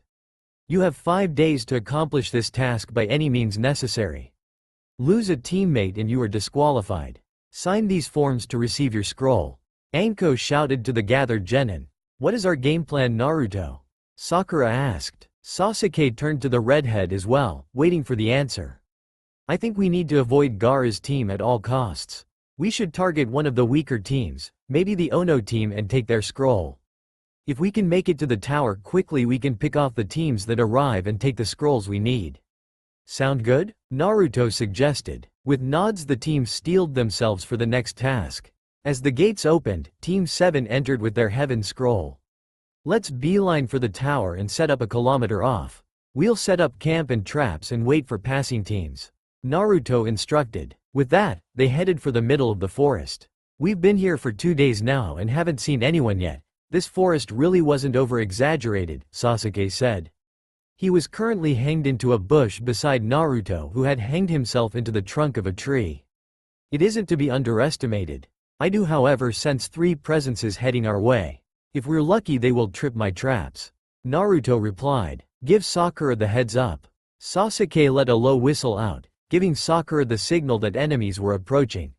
Well, what do we have here? Where is your team, girlie?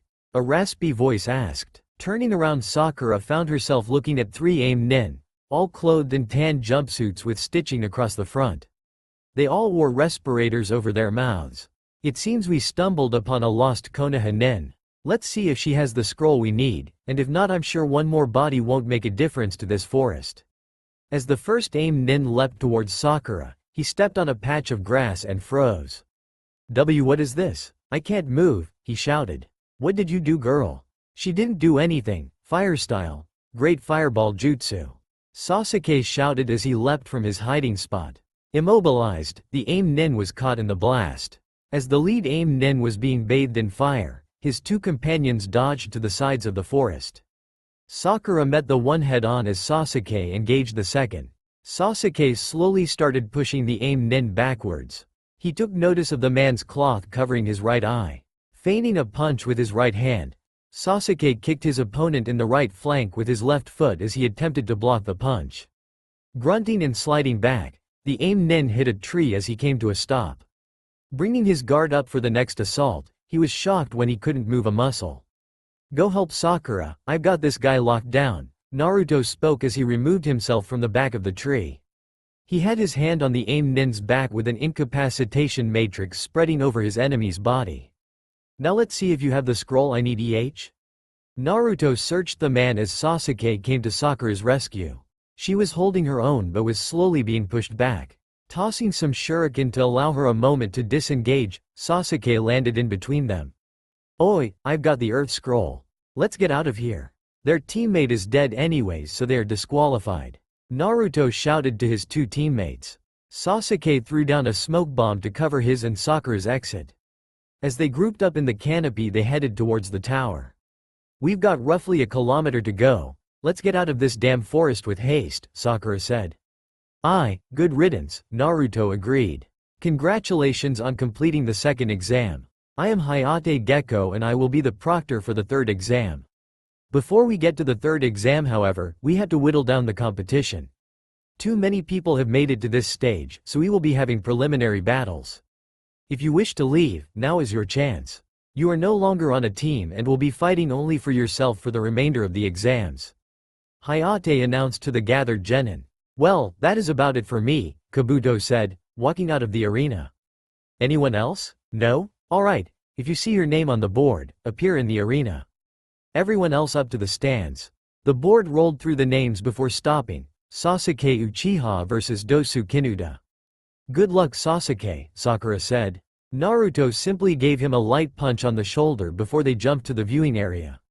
This should be easy for Sasuke, but that device on his arm is peculiar, Naruto said as he leaned back against the wall. I don't know what it is for either," Kakashi replied. "Alright, you both know the rules. The match goes until someone is unconscious, forfeits, dead, or I stop the match. Do try not to kill each other. Understood? Begin," Hayate said, jumping back as he did so. Immediately Sasuke took up a defensive stance, watching his opponent. "He doesn't look special, but I should be cautious of that bracer he has.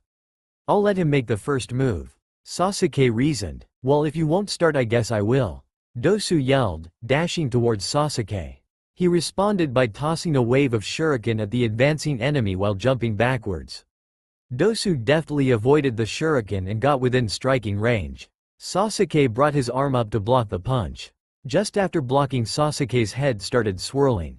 "What is this? I blocked his strike, so why am I so dizzy all of a sudden? Is it that thing on his arm?" Dosu spun out of the block and threw his foot into Sasuke's stomach, putting him on his back. "You must be wondering why you are feeling nauseous. That would be due to my little device here. I can control the sound waves emitted from it, and use it to assault your ears and put you off balance," he explained. "Thanks for the explanation, but it will be your downfall. Fire style. Great fireball jutsu," Sasuke yelled out, shooting flames from his mouth. Dosu used sound waves to disrupt the fire.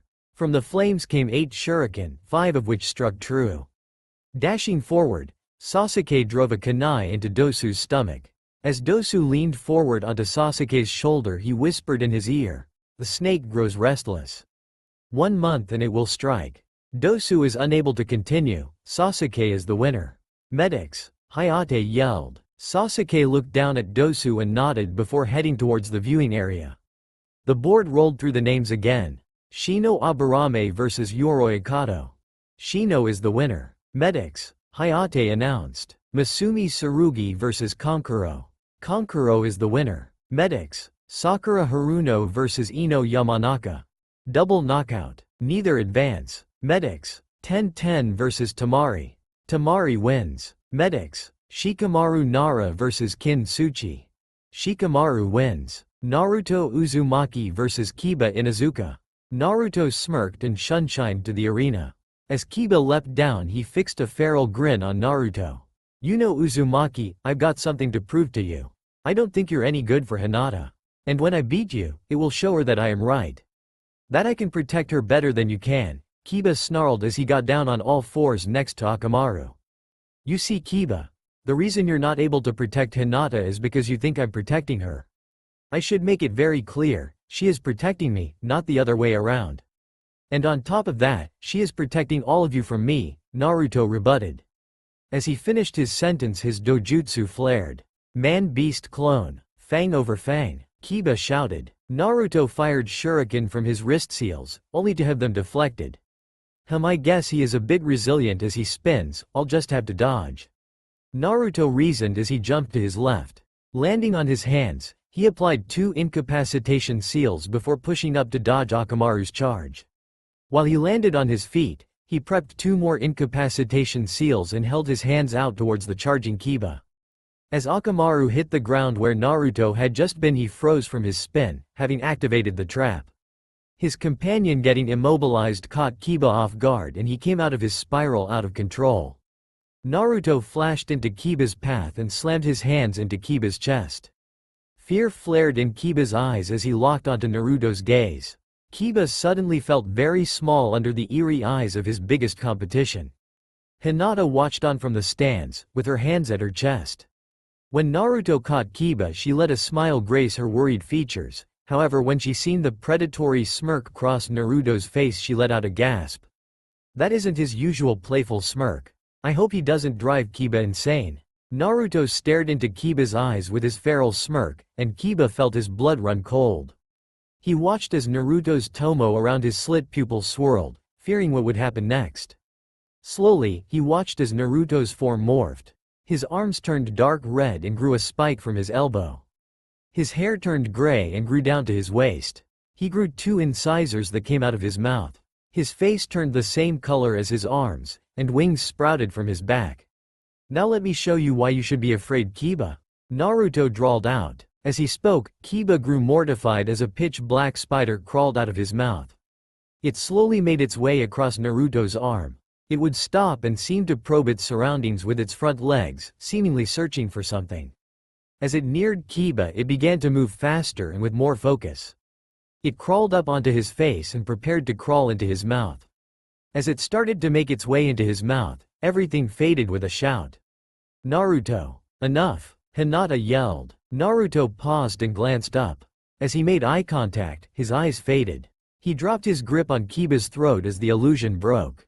Looking down on his opponent, Naruto kneeled in front of him and whispered, "Like I said, she is protecting you."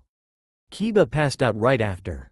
Naruto wins. Medics! Hayate yelled. Naruto walked up the stairs and stopped by Hinata. "Thank you, Hinata, and I'm sorry. I got carried away." Hinata Hyuga vs Neji Hyuga. "And Hinata, before you go, good luck." Naruto spoke. She smiled back at him before jumping into the arena. "You should forfeit, you cannot defy fate," Neji spoke. "I will not back down, I've got people who believe in me." She replied before taking her stance. "I will change the ways of our clan." "You can't change fate, Hinata-sama," Neji spat with venom. He lunged at her and began his deadly chakra-fueled strikes. Their battle raged on, and it appeared that neither had the advantage. The strikes were fluid, precise, almost like a dance. Neji was slowing, pushing Hinata back. He was landing about 1/4 of his strikes, and her about 1/5. "She isn't hitting hard enough. This is going to end soon." Naruto mumbled. "What do you mean?" Sakura asked. "The Hyuga have a special style of combat. They utilize their Byakugan to see the chakra points and then use precise chakra-filled strikes to hit these points, thereby disabling them. However, Hinata isn't hitting hard enough to do the required damage to Neji's chakra points. Hers are being closed but his aren't. This fight will end soon." Neji leaned forward and threw a strike into Hinata's chest. As she landed on her back, he said, "Give up, you can't fight fate. You are destined to lose this fight." She struggled to her feet. Halfway up she fell over again and coughed up blood. "No, I can't lose here. Proctor, call the fight, her chakra points are closed. She can't continue." Neji demanded. "No, I can continue. I must continue. I have to prove that I can walk by his side." She shouted. The conviction in her eyes was overwhelming. "Very well, 8 trigrams, 2 palms. 4 palms, 8 palms, 16 palms, 32 palms, 64 palms. As Neji went to finish his final strike on her chest, his hand was caught. Naruto held a firm grip on his arm, and was glaring daggers into Neji's eyes. "She is unconscious, and if you hit her with that strike she would die." "Medics!" Naruto yelled. As the medics came in and attended to Hinata, Naruto turned on Neji again. "For your sake, she had better live. Like I told Kiba, she is the person keeping you safe. If she dies, I will crucify you and spit in the face of your pitiful destiny." Naruto snarled. With that, he disappeared, on his way to the hospital to be beside Hinata. Gaara vs Rock Lee. Gaara is the winner. Medics! Hayate shouted. Zaku Abumi vs Choji Akamichi. Zaku wins. Alright, winners, gather around. Please take a number, it corresponds to your opponents in the finals. Hayate commanded as Anko handed out slips of paper. "I'll take one for Naruto," Kakashi said. I'm also forfeiting my fight in the finals, Zaku said, throwing his paper back into the pot. The matches will be as you see on the board, and will be held in 1 month's time to allow proper preparations for hosting our guests. Hiruzen said. Looking at the board, Sasuke smiled. Looks like he will get the match he wanted. Naruto Uzumaki vs Neji Hyuga. Shikamaru Nara vs Tamari. Shino Aburame vs Kankuro. Sasuke Uchiha vs Gaara. You have 1 month, train hard, and show up at your best.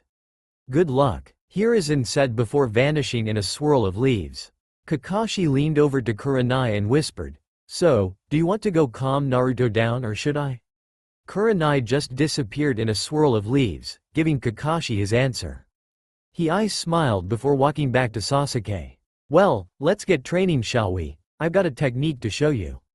In Konoha General Hospital, Naruto is sitting hunched over with his head on the bed. Lying in the bed, being kept company by the redhead is Hinata, still unconscious from her fight with Neji. A knock sounds on the door, but the sleeping redhead doesn't acknowledge it. Slowly opening the door, the Hokage slips in with a second man. The second man has long, white hair, a horned headband on his forehead and a giant scroll on his lower back. "This the kid sensei? And he's been here for the past 3 days?" the second man asked. "Yes Jiraiya, this is Naruto Uzumaki, your godson. He has been out for the past few hours so we can simply wait until he wakes up, although I doubt you will be able to get him to leave this room until she wakes up," Hiruzen replied, taking a seat by the door. "Hokage Gigi, why are you here?" Naruto groggily asked, wiping his eyes of excess hardened mucus. With a groan he stretched his muscles and stood. Yawning, he looked back at the room's newest occupants. "You know Naruto, it's not healthy for you to be ignoring your meals and proper sleep like this. You should be training for your finals match," Hiruzen replied. Naruto just fixed a glare on the Hokage, expressing his thoughts on leaving the room. "Who is our other guest?" He changed the subject. "Ah, this is Jiraiya, the frog sage. He is one of my students and was your father's sensei." "He is your godfather." Naruto's gave the man a puzzled look. "Why haven't I met him before?" "I can answer that, kid. I run a very large spy network across the world. It takes a lot of effort and travel to keep it operational," Jiraiya chimed in. "Okay, so why have you come back then?" Naruto asked. "If his spy network is as vast as it is, I can only imagine the importance it has for Konoha, so he wouldn't return without a good reason. You know, I didn't expect you to be so inquisitive about this situation. Honestly, I expected quite a bit of anger at me not being around to help raise you," Jiraiya confessed. "Yeah, well, as you can see, I ended up just fine. Learned to take care of myself at an early age, skipped the academy for Anbu. Can't really live a normal life when you're in the situation I am. So don't sweat it. What I want to know is why you came back now," Naruto asked again, shrugging at his childhood before growing serious again. "Geez, Minato isn't going to forgive me for this one, is he? Well, I have returned bearing grave news about a rather nefarious group. It concerns you, which is why I am here," Jiraiya conceded. "He isn't anything like I thought he would be. He has Kushina's looks but Minato's mind. I expected it to be opposite honestly. This may be to my advantage though. He has Anbu training and a skilled mind. Sensei says he is good at Genjutsu and Fuinjutsu also. If I train him I'm sure he would surpass all of my expectations. Can the news wait a few days? I'm a bit overloaded with stuff at the moment," Naruto stated. He turned to Hinata and began fussing over her, fixing her sheets and tucking her in so she would be comfortable. He took her glass of water and emptied it, replacing it with a fresh glass. "It can wait, but your training can't. I am taking over for Kakashi to train you for the month until the finals. So quit fussing over your girlfriend and let's go," Jiraiya commanded. "Like I said, I am preoccupied at the moment and as such I won't be leaving yet. Besides, I've been doing some training of sorts anyways." Naruto trailed off. "I just met him, I shouldn't tell him much about what I've been working on. He might not approve. Do tell, how have you been training when you aren't even eating or sleeping properly?" Hiruzen asked, deciding to join the conversation. "I don't think I should disclose sensitive information to someone I don't know, Hokage Gigi. Jiraiya knows everything already. You can trust him, he will be your sensei after all," Hiruzen replied. "Very well. I've been testing a specific Fuinjutsu matrix in my mindscape. Once I have the basis down I will then experiment with adding timers to it, like I have done with my explosion and incapacitation matrices. Kurama is helping me. I trust this won't leave this room? Naruto explained. Of course, but if I may ask, what kind of matrix are you working on? I am rather adept with sealing. I'm no Uzumaki, but I'm one of the best that there is left in this world. Maybe I can lend a hand? Jiraiya asked. Also, who is Kurama? I thought you hadn't left this room in the past 3 days? Fuinjutsu experimentation in his mindscape? At such a young age too, this kid really does have Minato's brains. He thought, I am trying to make a matrix I can apply to my allies, specifically Hinata, that will render my dojutsu ineffective against them. I'm sure Hokage Gigi has briefed you on my dojutsu. The issue is that the seal also has to be able to work when I have Kurama's chakra active. Kurama is the Kyuubi, by the way. When I use his chakra, it allows me to utilize my genjutsu as more area of effect illusions instead of only being able to cast them on people I make eye contact with. If I can create a seal that will allow my allies to be omitted from this area of effect, it would allow me greater freedom when fighting in groups. My biggest worry is that the seal will have to have some of Kurama's chakra in it, but that can be deadly to most people. I haven't found a way to contain his chakra in the seal without corrupting the host yet. Naruto trailed off. Hiruzen and Jiraiya had their mouths on the floor. This kid, just how smart is he?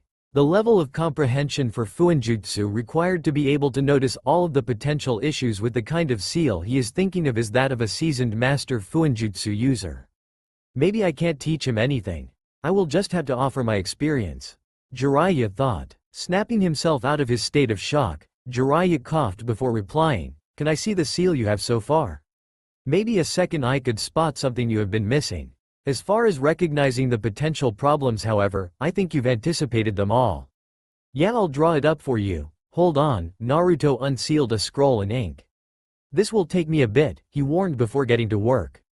15 minutes in, Jiraiya noticed a curious look on Naruto's face. Did he just discover a potential issue? It's like he hasn't written it before. Wait, no, it couldn't be. Have you ever written this seal out before? Jiraiya asked. No, I usually use hand seals, and in my mindscape I can create much more complicated seals than I can outside of it. So I've just been using shadow clones to create the seal I imagined over and over again, and then changing the issues I found. Naruto responded, earning another gaping look from the room's occupants. What? You know that not even most Fuinjutsu masters are capable of doing stuff like that, right? That's amazing. Jiraiya shouted. Oi, not so loud. And I know I'm not a normal Fuinjutsu user. It just seems to come natural to me. But more importantly, I think I discovered my issue with containing Kurama's chakra. Here, what do you think of this? Naruto asked, showing Jiraiya his scroll.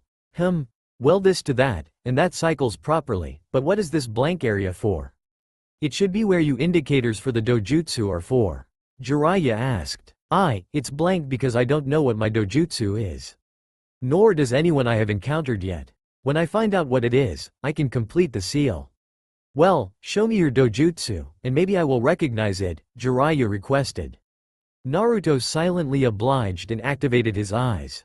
Staring back at Jiraiya are 2 yellow orbs, with a black slit for a pupil and 4 tomo around the pupils. Rising out of the boy's back were 2 wings seemingly made of bone. They flapped a couple times before disappearing. So, recognize it? I just showed you the abilities I have discovered and what it looks like. Naruto asked. So, it can cast Genjutsu and it looks like that.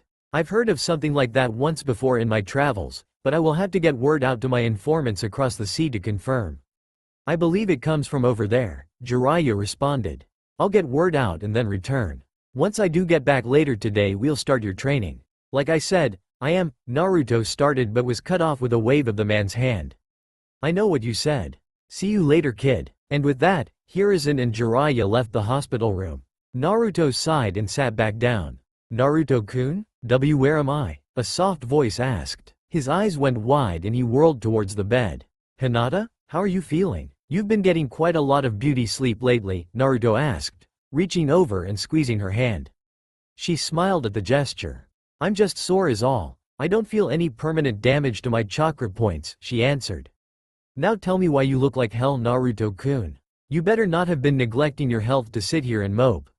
She fixed a stern glare on her face, but her eyes sparkled in silent gratefulness. The guilty downward glance of Naruto gave Hinata her answer. "Baka," she whispered, flicking him on the forehead. "You should be training for your match in a month, not doting over me." "I'm not too worried. I'm confident I can beat Neji, and your well-being is more important than some exam anyways," he shrugged, giving her his infamous smirk. "Why you face Neji-san? Are you going to kill him?" she asked, her voice hesitant. When he didn't respond, she spoke again. "I don't want you to kill him, Naruto-kun.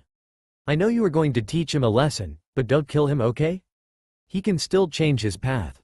Naruto didn't reply, but simply looked away and nodded. "I'm serious, Naruto. I don't want you to have blood on your hands because of me," she admonished. "Look at me, do you understand? I am fine. He didn't kill me, so don't kill him. Save him instead, for me. Please." Alright, you win, Hina-chan?" Naruto relented. He placed his head in her lap and gave her hand a squeeze. "I always do, Naru-kun. Now go get Jiraiya-sama and train. I'll keep your cave warm for when you return in a month," Hinata ordered, giving Naruto a wry smile when he cast his questioning glance at her. She winked and waved him out of the room. "Boys, so stubborn. I want to thank everyone for making the journey to Konoha for the final part of the Chunin exams." Hiruzen bellowed to the arena. "We even have a couple cages in our midst. I hope you finalists will give this tournament your all. The pride of your village is in your hands. Now without further delay, let us begin the first match." In the stadium, a man steps forward. "I am Genma, and I will be the proctor of this tournament. The fight will end when one is unable to fight, forfeits, or I stop the fight." "Understood?" Receiving nods, he continued, "Good. First match is Naruto Uzumaki vs Neji Hyuga. Everyone else moved to the observation room. Are both of you ready? Begin," Genma said, jumping out of the way. He could feel the tension in the air. "So you have decided to fight fate. The outcome of this match has already been decided. Your resistance is futile." Neji spoke, taking his Jukin stance and activating his Byakugan. Naruto smirked before activating his Dojutsu. "Whose eyes do you think are better?" His Tomo spun rapidly, and he prepped his hand seals. Shadow Clone Jutsu. 20 clones spread out around Neji, some using their shuriken seals on their wrists to launch a ranged assault. "He's forcing me to this already." Rotation. Neji rotated in a tight circle, propelling chakra from his hands, creating a dome around him. The incoming shuriken bounced off the dome. The clones landed just outside of the range of the dome, placing incapacitation seals on the ground. 10 clones prepared explosion seals and leapt at the chakra dome around Neji. Hitting it at the same time, a massive explosion went off, the resulting smoke covering the impact area. Dashing out of the smoke came Neji. With quick and precise strikes he dispelled all of Naruto's clones. The explosion had disabled the incapacitation seals and left Neji a clear path forwards. Taking advantage of the opening, Neji closed the gap between himself and his enemy. As Naruto watched Neji close in, he prepped incapacitation seals on his hands and smirked. Like herding sheep, he thought. His Tomo flared again as he defended the chakra-filled strikes. Naruto took care to minimize the damage of blocking by manipulating his chakra flow. He couldn't cut it off completely, but he could reduce the flow to his limbs momentarily to avoid losing function of the limb. "You're in range of my divination. 8 trigrams, 2 palms. 4 palms. 8 palms, 16 palms, 32 palms, 64 palms. Neji finished his barrage of strikes with a strike to Naruto's chest. As he fell backwards, Neji spit out, "I told you that fate had decided my victory already. It was foolish to fight me." Turning on his heel, Neji was shocked when a hand wrapped around his ankle. Looking down, he seen a skeletal hand holding him still. A second skeletal hand gripped his knee, and the hands began pulling themselves up his torso. Whirling around, Neji gaped at the sight of his opponent. Naruto was gripping Neji's legs, looking up at him with a feral grin and half his face missing, showing his skull. What the hell? What are you?" Neji screamed out. He watched as the flesh on Naruto's bones corroded and melted into nothingness. Rising to his feet, the skeletal Naruto lifted Neji up by his neck and squeezed, cutting off the majority of his air supply. "You had no chance of winning the moment you stepped into this arena, Neji. Your fate is nothing but a joke. Wake up and see what's around you," Naruto spoke. Suddenly Neji's vision shattered, and the pieces fell like glass to reveal the reality of things. Being held up by the throat by Naruto, his entire body was covered in a sealing matrix. Looking into his opponent's face, he observed the smug smirk on Naruto's face. Now that you've joined us in the realm of reality, let me test a new seal on you. It's particularly nasty, but I'm sure it will give you an idea about what your own techniques do to people, Naruto explained. He formed a seal on the tips of his fingers and smiled wickedly. Thrusting his hand into Neji's stomach, he dropped him on the ground. Neji writhed in pain on the ground. Looking down with his Byakugan, he could see chakra leaking from every chakra point in his body. To the average observer, Neji was bleeding profusely from many points on his body. Slowly Neji's movements began to slow, before he stilled. Having fallen unconscious, Naruto prepared his seal to stop the hemorrhaging Fuinjutsu. Neji Hyuga is unable to continue. Naruto Uzumaki wins.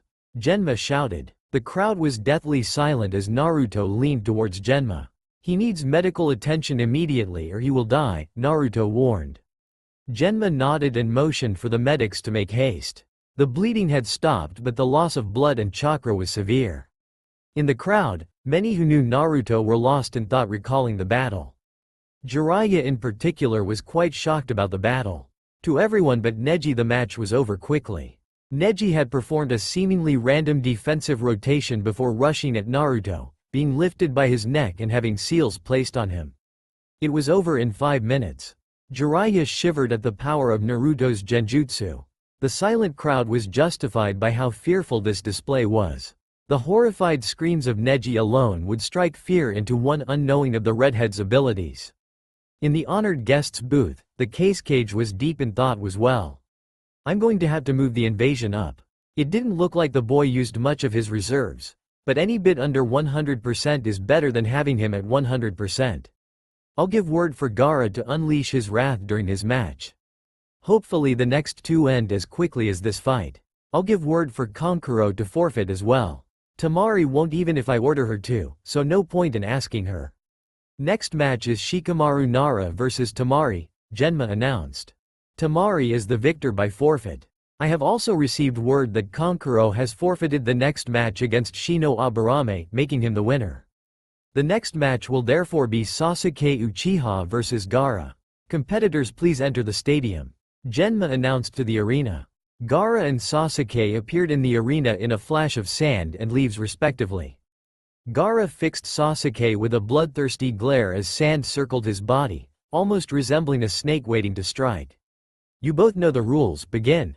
Genma shouted, leaping back out of the way. Gaara grinned widely while waiting for his opponent to strike. Mother wants your blood, he shouted, raising his hand and firing sand at Sasuke. Sasuke took evasive action, dodging the sand while making his way closer to his opponent.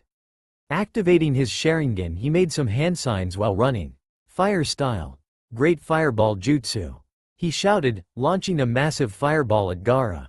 Sand flared up and encased Gaara, protecting him. However, it seemed the fire was hot enough to turn the sand to glass. Sasuke slid to a stop and started channeling chakra. He engulfed his arm in lightning chakra, and chipping could be heard throughout the arena. Chidori, he shouted before continuing his charge at Gaara. He reached Gaara and plunged his Chidori into the glass encasement surrounding him. The lightning carved through the glass, and with Sasuke holding his hand in the hole, everything went quiet. Suddenly a murmur could be heard from the sand, blood, blood, blood, my blood. Is that my blood? You made me bleed my own blood. No one makes me bleed my own blood.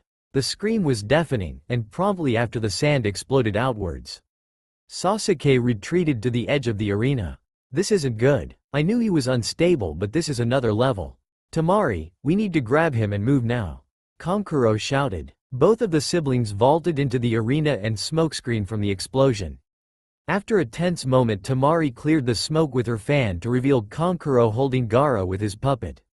Let's move. We need to vacate the area. It's beginning. As the Suna siblings leapt from the arena, a massive crash sounded from the western outskirts of Konoha.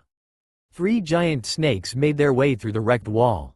Hokage-sama, we are under attack from Otto Nin and Suna Nin, an Anbu reported, appearing in the cage box. What is the meaning of this cage? Hiruzen demanded. Standing, the cage dropped his robes, revealing himself to be the Hokage's student. Orochimaru, I should have known, Hiruzen scowled. Very well, you leave me no choice. I will finish here what I started years ago. Caught in the chaos, Naruto was frantically searching for Jiraiya or Kakashi to get the gist of the situation. Spotting the white hair of his sensei and old partner, he dashed towards him.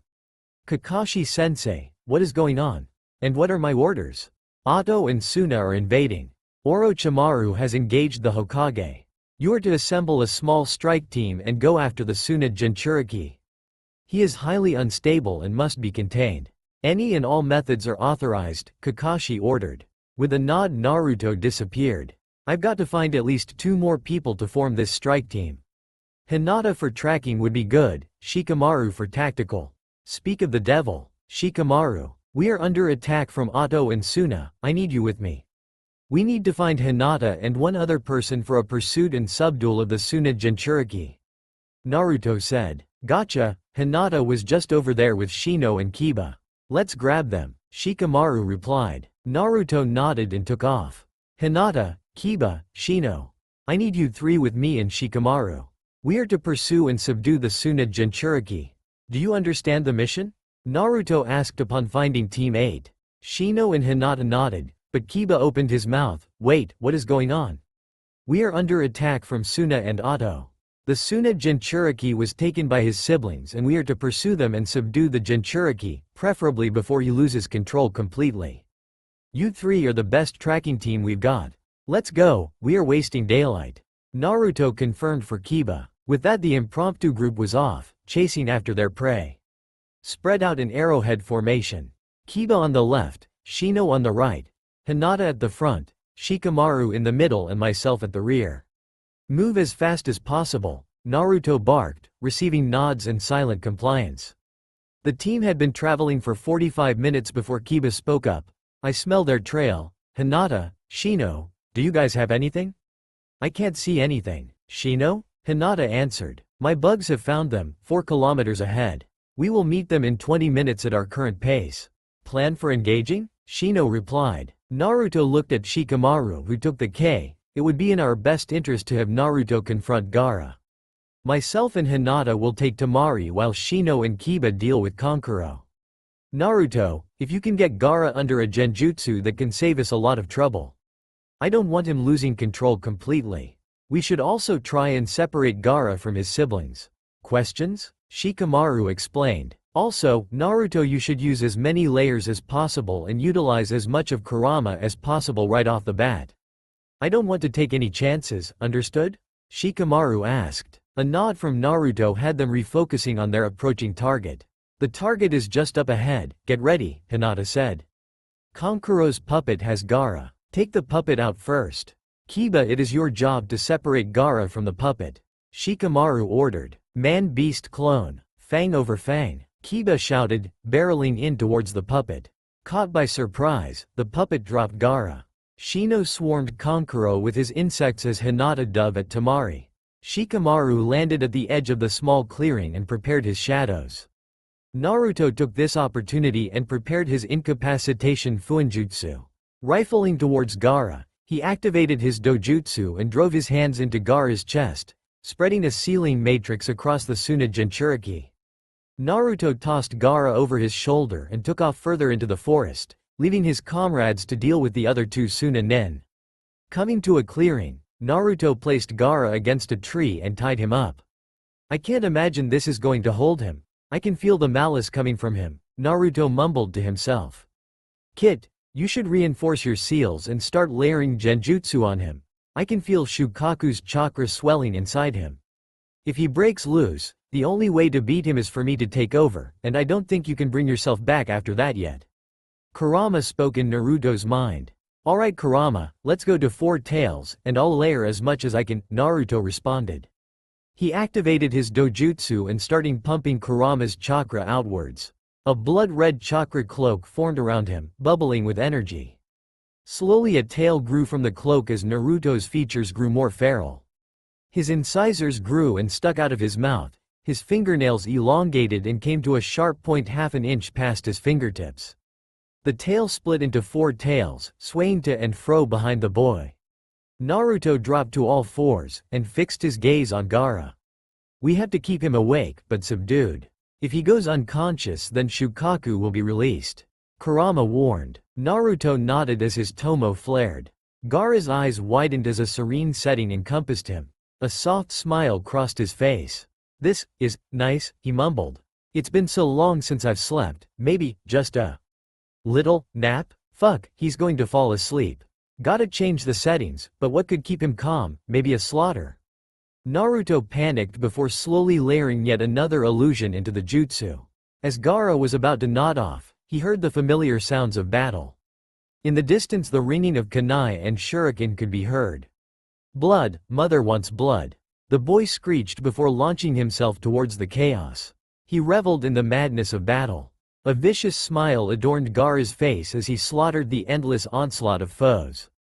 "This feels amazing," he yelled. "Does this please you, mother?" His relentless attacks continued on the sea of ninja charging down towards the gully he found himself in. "More? You want more, mother? Take as much as you want, mother." With that final yell, Naruto could feel a disturbance. Time slowed as Gaara fell upon the ground, suddenly unconscious. "Fuck, what happened? Kurama, we've got a problem. I can feel the Ichibi coming." Naruto trailed off as a massive explosion of sand occurred at the center of the gully Gaara had fallen in. The illusions all cracked and shattered, leaving a grossly disfigured Gaara where the boy and tree originally were. He had a massive tail of sand extending from his back, with blue lines covering it. His right arm was encased in a large claw of sand that touched the ground when he stood straight. "Kurama, what options do we have here? Can I deal with this with 4 tails?"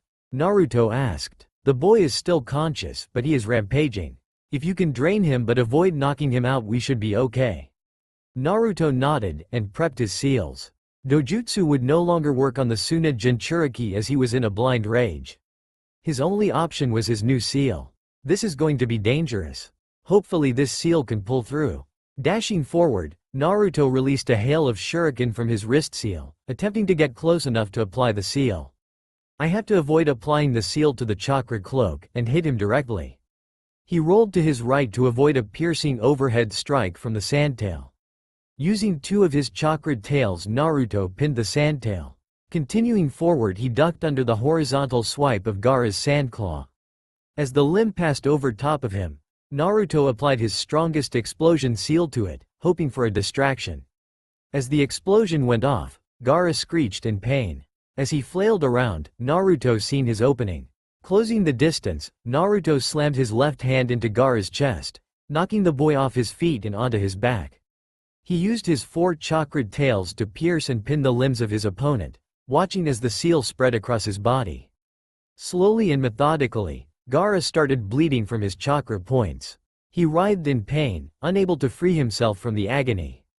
Naruto let out a sigh. The seal was working. His relief turned to horror as he heard a voice yell at the duo, "Gaara! Enough! The invasion is over. We lost." It was Temari who was yelling from the edge of the clearing. Gaara's eyes shot open, and his head twisted backwards at a disturbing angle. A grin appeared on his face as he mumbled one word. "Blood." Gaara's sandtail shot forward towards his sister. Shocked by the aggression, she froze and held her arms in front of her.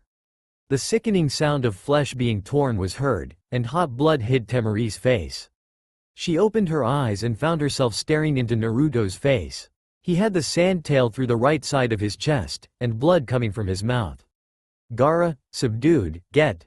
Hinata, I'm going to lose control." Naruto coughed out. Temari watched as his eyes rolled back into his skull and a malicious killing intent made itself present. Naruto fell to the ground as his blood-red chakra cloak seemed to swirl and bubble. The clearing was rising in temperature fast. Temari's eyes grew wide when she seen a 5th tail emerge from Naruto's chakra cloak. The anger and malice in the air screamed at her instincts to run. Get anywhere from here, but she found herself frozen in her spot.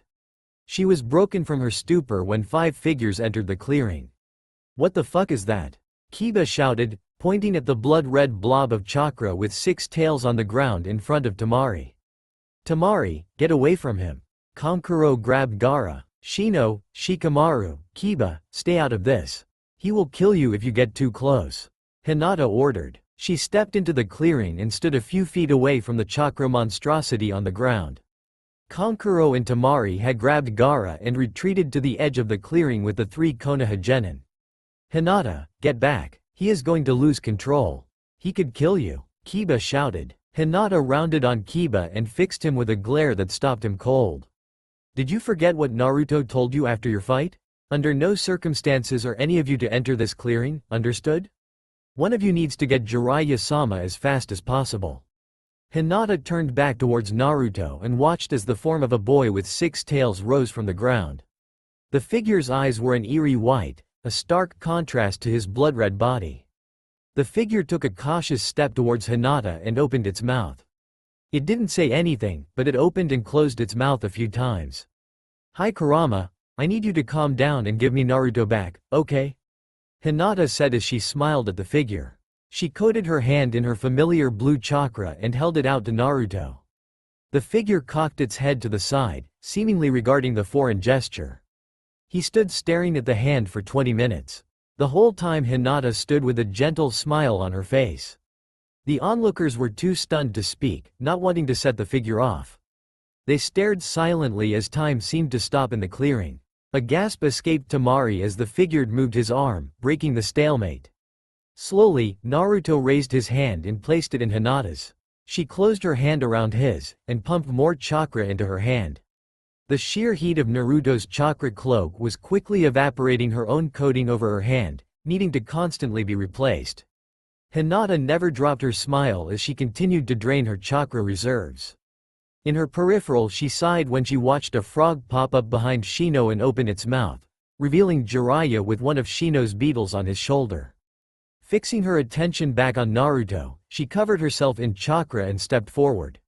She only had 5 seconds before her own reserves would be depleted from this action, so she hoped it would be enough time for Jiraiya.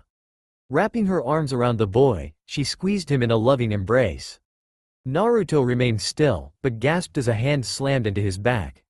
Looking behind him, Naruto seen Jiraiya with his hand on his back, a seal spreading across his body. He nodded and whispered, "Thank you," before falling to the ground unconscious. Hinata caught the boy before he hit the ground, and rested his head in her lap. She ran her fingers through his hair, never moving her focus from him. Jiraiya let out the breath he had been holding, before walking up to the onlookers. "Head back to Konoha. You 3 Sunin nin understand you are prisoners of war, yes?" Receiving a nod he looked at Shikamaru before he continued, "Good, these 3 will escort you. Be warned, the village is not unscathed, and we lost many good ninja today. Take these 3 to Ibiki at T&I for holding in the Anbu cells, then wait for me at the Hokage Tower." Dismissed. The trio nodded before taking up a loose formation around Tamari, Kankuro, and Gaara. Looking back at Hinata and Naruto, Jiraiya motioned for his toad summon to approach. "Let's get you 2 back to his cave, shall we? I've got some pressing matters to attend to." Konoha had succeeded in repelling Suna and Otto, but the price was steep. Orochimaru had succeeded in killing Hiruzen, at the cost of his arms. Many Konoha nin were missing, presumed dead. Sasuke had disappeared during the battle, and his body has yet to be recovered. 3 days after the battle, a large funeral was held for Hiruzen, after which Jiraiya was approached by the Hokage's advisors. They informed him of their want for him to become the next Hokage because they hadn't heard back from Tsunade yet. Hiruzen had sent word for Tsunade to return and become Hokage before the finals of the Chunin exams, due to the worrying news Jiraiya's network uncovered. Jiraiya refused and instead said he would track down Tsunade. A week later Jiraiya returned with Tsunade, who was sworn in the following morning. Naruto was asleep for 3 weeks after his fight with Gaara. When Tsunade had returned to the village she insisted he be moved from his cave to the hospital so she could monitor him. Naruto had received visits from Jiraiya, Tsunade, and a couple classmates while he was asleep. Hinata almost lived in the hospital room with him. The news of the aftermath of the invasion came as a shock to Naruto, but given his Anbu training he adapted quickly. A knock could be heard on Tsunade's door. Happy for the distraction from all of the paperwork she barked out, "Enter." Looking up she found Naruto entering with Jiraiya behind him. "Ah Naruto, what can I do for you today?" She asked, folding her hands in front of her face. Afternoon Hokage-sama. As you know, one of my teammates is Mia, and as such we are crippled as a team. I wish to request my reinstatement into the Anbu on paper, with the assignment of a long-term surveillance mission with Jiraiya-sensei. Given the situation of the world right now, I believe now is a good time for me to leave and train. Naruto stated. He fixed a hardened and determined look on his face as he explained his reasoning. I see. How long will you be gone, Jiraiya?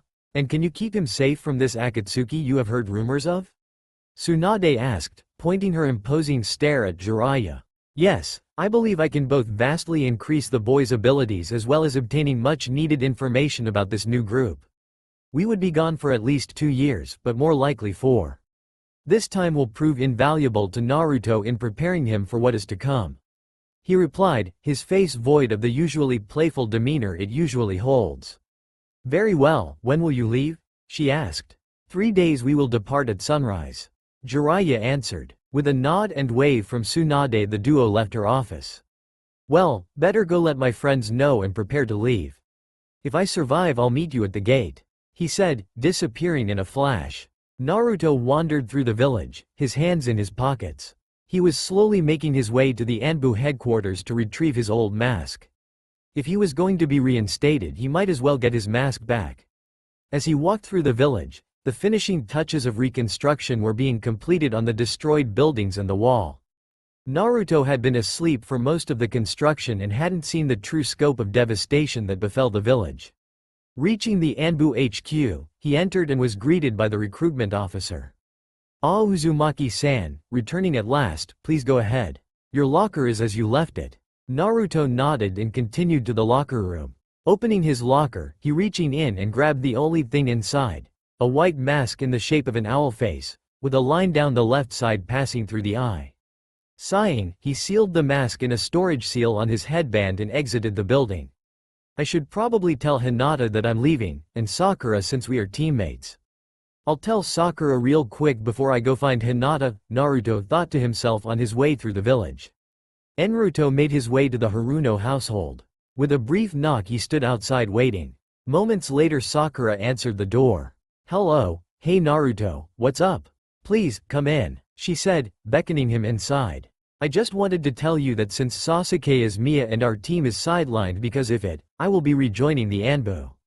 I am leaving in 3 days for an extended surveillance mission and could be gone for a couple years, Naruto said, standing in the entryway now. Oh, I see. Well, thanks for telling me. I'm assuming you need to get going and tell someone else, y'all? Sakura replied with a playful smirk. Naruto nodded and made his exit. Now the challenging one, might as well get this over with as quick as possible, Naruto reasoned before flashing away to the Hyuga compound. Approaching the gate, he was halted by the guards. State your business, one demanded. I am looking for Hinata-sama as I wish to speak with her. It is an urgent matter. Is she available? Naruto responded, thanking his Anbu training for being able to act professional at this compound. The Hyuga family still wasn't fond of him. No, she is currently occupied. I will let her know you wish to speak with her, the guard replied. With a nod, he left. The Hyugas might not like him, but they always did perform their duties. I guess I could just go back to my cave and wait. She should be able to find me pretty quickly with her Byakugan, Naruto thought before heading towards his dwelling. On his way home he picked up some cinnamon buns, whistling to himself throughout his walk. He stopped in at a few more shops, collecting ingredients for a meal tonight. I wish Kurenai were around, but with the chaos of the invasion all available Jonin are on missions right now. I probably won't see her until I return. That isn't going to be a fun conversation either, he shivered at the thought of that talk. He was pulled out of his musings as he arrived home. Putting his dinner supplies down, he set about preparing for his journey. He knew Hinata would want to cook with him, so he would take care of some other tasks while he awaited her arrival. Unsealing his mask, he set it on a bench beside his Anbu chest armor. He took his bracers off and placed them down as well. Emptying his shuriken and kunai seals into large boxes beside the bench, he began the menial task of counting his supplies. Naruto decided that his current stock of 200 shuriken and 120 kunai would be enough until he could resupply wherever they stopped. Next he set about taking measure of his fuinjutsu supplies. He removed 22 scrolls from his seal on his belt, and also removed 4 bottles of ink and 2 brushes. I'll have to restock my ink and scrolls. I'll do that tomorrow. Before Naruto could continue with his inventory, he looked up and found Hinata leaning against the entrance to the cave. Her face was contorted into a look of worry and fear, and her gaze was fixed on the mask on his bench. Naruto sighed as he stood up and waited for her to recompose herself. Are you going back? She whispered. He had to strain his hearing to catch it, but he did. He didn't open his mouth, just nodded. Her gaze was still stuck on the white owl mask. With shaky steps Hinata made her way to the bench. She picked up the mask cautiously, almost as if it would reach out and bite her. Tracing her fingers over the thick black vertical line on the left side of the mask, a tear fell from her eye. This seemed to break the dam as she started sobbing quietly. Naruto took the mask from her and placed it on the bench. Turning towards her, he moved to envelope her in a hug, but was stopped when she started hitting him in the chest. He stood still and let her vent her anger at him, a frown on his face. Eventually she stopped hitting him, seemingly having run out of energy. He pulled her into him and wrapped her up in a warm embrace. He didn't say anything, simply rubbing circles on her back. Her body stopped shaking sometime later, and her sobbing stopped. With her tear-stained face she looked up at him and spoke, "When? And how long?" 3 days. Approximately 4 years, he replied with regret evident in his voice. She nodded, and to his surprise didn't start crying again. I see. 4 years, what is so important? She asked, stepping away from him and breaking the embrace. You know I can't answer that. I need to know that what you're doing is necessary, Naruto. The lack of an honorific shocked him. He nodded slowly before opening his mouth. Delaying the 4th grade shinobi war, he said softly, looking to the side as he did. This was going to be dangerous, and he knew Hinata wouldn't like the sounds of that. Oh, I see. Well, we can't send you away on an empty stomach, can we? She said, moving towards the kitchen. Naruto started but was cut off. I know, Naruto-kun. I know I am ignoring this, and I know that it is important and I can't stop you. So please, just spend these last couple days with me. Spend tonight with me, and let me pretend, okay? I want to have something to hold on to for the next 4 years. Her tone was pleading, and she was almost begging him to give in. Slowly he tilted his head down, giving in to her demands. Grabbing his hand, she pulled him towards the kitchen. Good, now help me prepare dinner. He smiled. It was a small smile, but it was genuine. He would miss this, he would miss her. After dinner, Naruto and Hinata spent the evening sitting outside the cave staring up at the night sky. I've always liked the view out here. The lack of light pollution really makes the night sky shine, Hinata confessed. He replied with a nod. Shall we retire for the night? I am a bit drained, he asked. Hinata nodded, before standing and taking his hand. Dragging him inside, she pulled him over to the bed. Sitting down on the bed, she did not relinquish her grip when Naruto moved to get his sleeping bag and put it on the floor. With a questioning glance he looked back at her. Hinata simply shook her head and pulled on his hand. Giving in, he nodded. Allowing Hinata to pull him down onto the bed, he lay down. Opening his mouth to ask a question, she put her finger over his lips. I'm going to get change, you get ready for bed too. I know you don't like to sleep as you are. She ordered, getting up and going to the bathroom. Naruto sighed before sitting up and pulling his sandals off. He changed out of his pants and into some lighter black pajama pants. Sighing, he sat back down on the bed. Before he could lie down, he felt 2 hands at the small of his back. He lifted his arms into the air as the hands pulled his shirt up and over his head. Naruto shivered as the cool hands traced his back. He felt them linger over the 3 long jagged scars that cut across his back diagonally from his left shoulder down towards his right hip. He felt Hinata rest her head against his back before she whispered, You never told me about how you got this scar, Naru-kun. I told you I wouldn't haunt you with my time in the Anbu. She nodded at his response, pushing her face into the crevice between his shoulder blades. She snaked her arms around his back and up to wrap around his torso. She moved her hips so she could wrap her legs around his waist from behind as well, latching onto him like a monkey. Neither of them spoke a word as we sat in comfortable silence, enjoying the closeness of each other. After a while, Hinata untangled herself from Naruto's back and pushed him down onto the bed. He finally took notice of her choice of bedwear. She had on one of his t-shirts and a pair of tight shorts. She broke him out of his observations when she climbed on top of him, putting a leg on each side of his waist. Since she was smaller than him, she could straddle his waist and still lay her head on his chest. Snaking her arms under his shoulders and up into his hair, she put her head down on his chest and smiled. Sensing the questioning look he was giving her, she replied without looking up, "I'm comfy like this. Do you have any complaints?" Naruto smirked and shook his head. He brought his hands down, pulled the blanket over top of them, and put his hands on her upper thighs. Feeling emboldened by the current position, he tucked his head down and placed a kiss on the top of Hinata's head. He felt her face go red from the heat it was emitting. "Good night, Hina-chan, and thank you for everything you do for me," he whispered. Hinata decided to be bold as well, and turned her head slightly to kiss his chest. She put her head back down and nuzzled into him. "Sweet dreams," she whispered, and even quieter, so quiet she thought she said it in her head, she mumbled out, "I love you," before closing her eyes and falling asleep. Naruto barely picked up her last statement, and squeezed her thighs in response before following her lead and going to sleep. It is around mid-morning in Fire Country, and two men are walking down the road an hour outside of Konoha. One man has long spiky white hair, red face paint and a scroll on his back. He wears a red haori over top of his tan shirt and pants with sandals on his feet. His partner has wild red hair that defies gravity sticking out behind his head. He has a sleeveless, long black trench coat that reaches his knees that he keeps open at the front to reveal a half-transparent mesh shirt. His arms are covered in bandaged wrappings.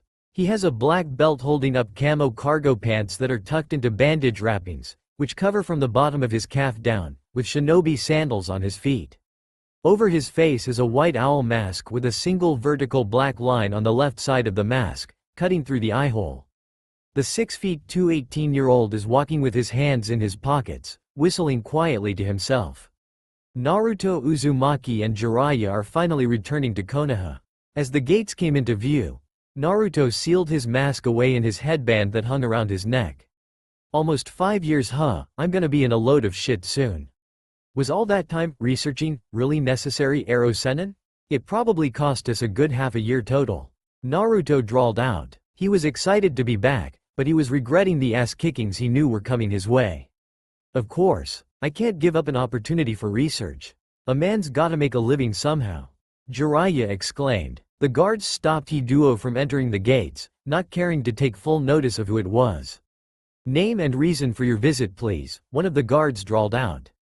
"Is that really necessary? I don't think 4 years and some change is enough for a village to forget who we are," Jiraiya said, earning a smirk from Naruto as the guards looked up. Their jaws dropped and they couldn't seem to get their vocal cords to function.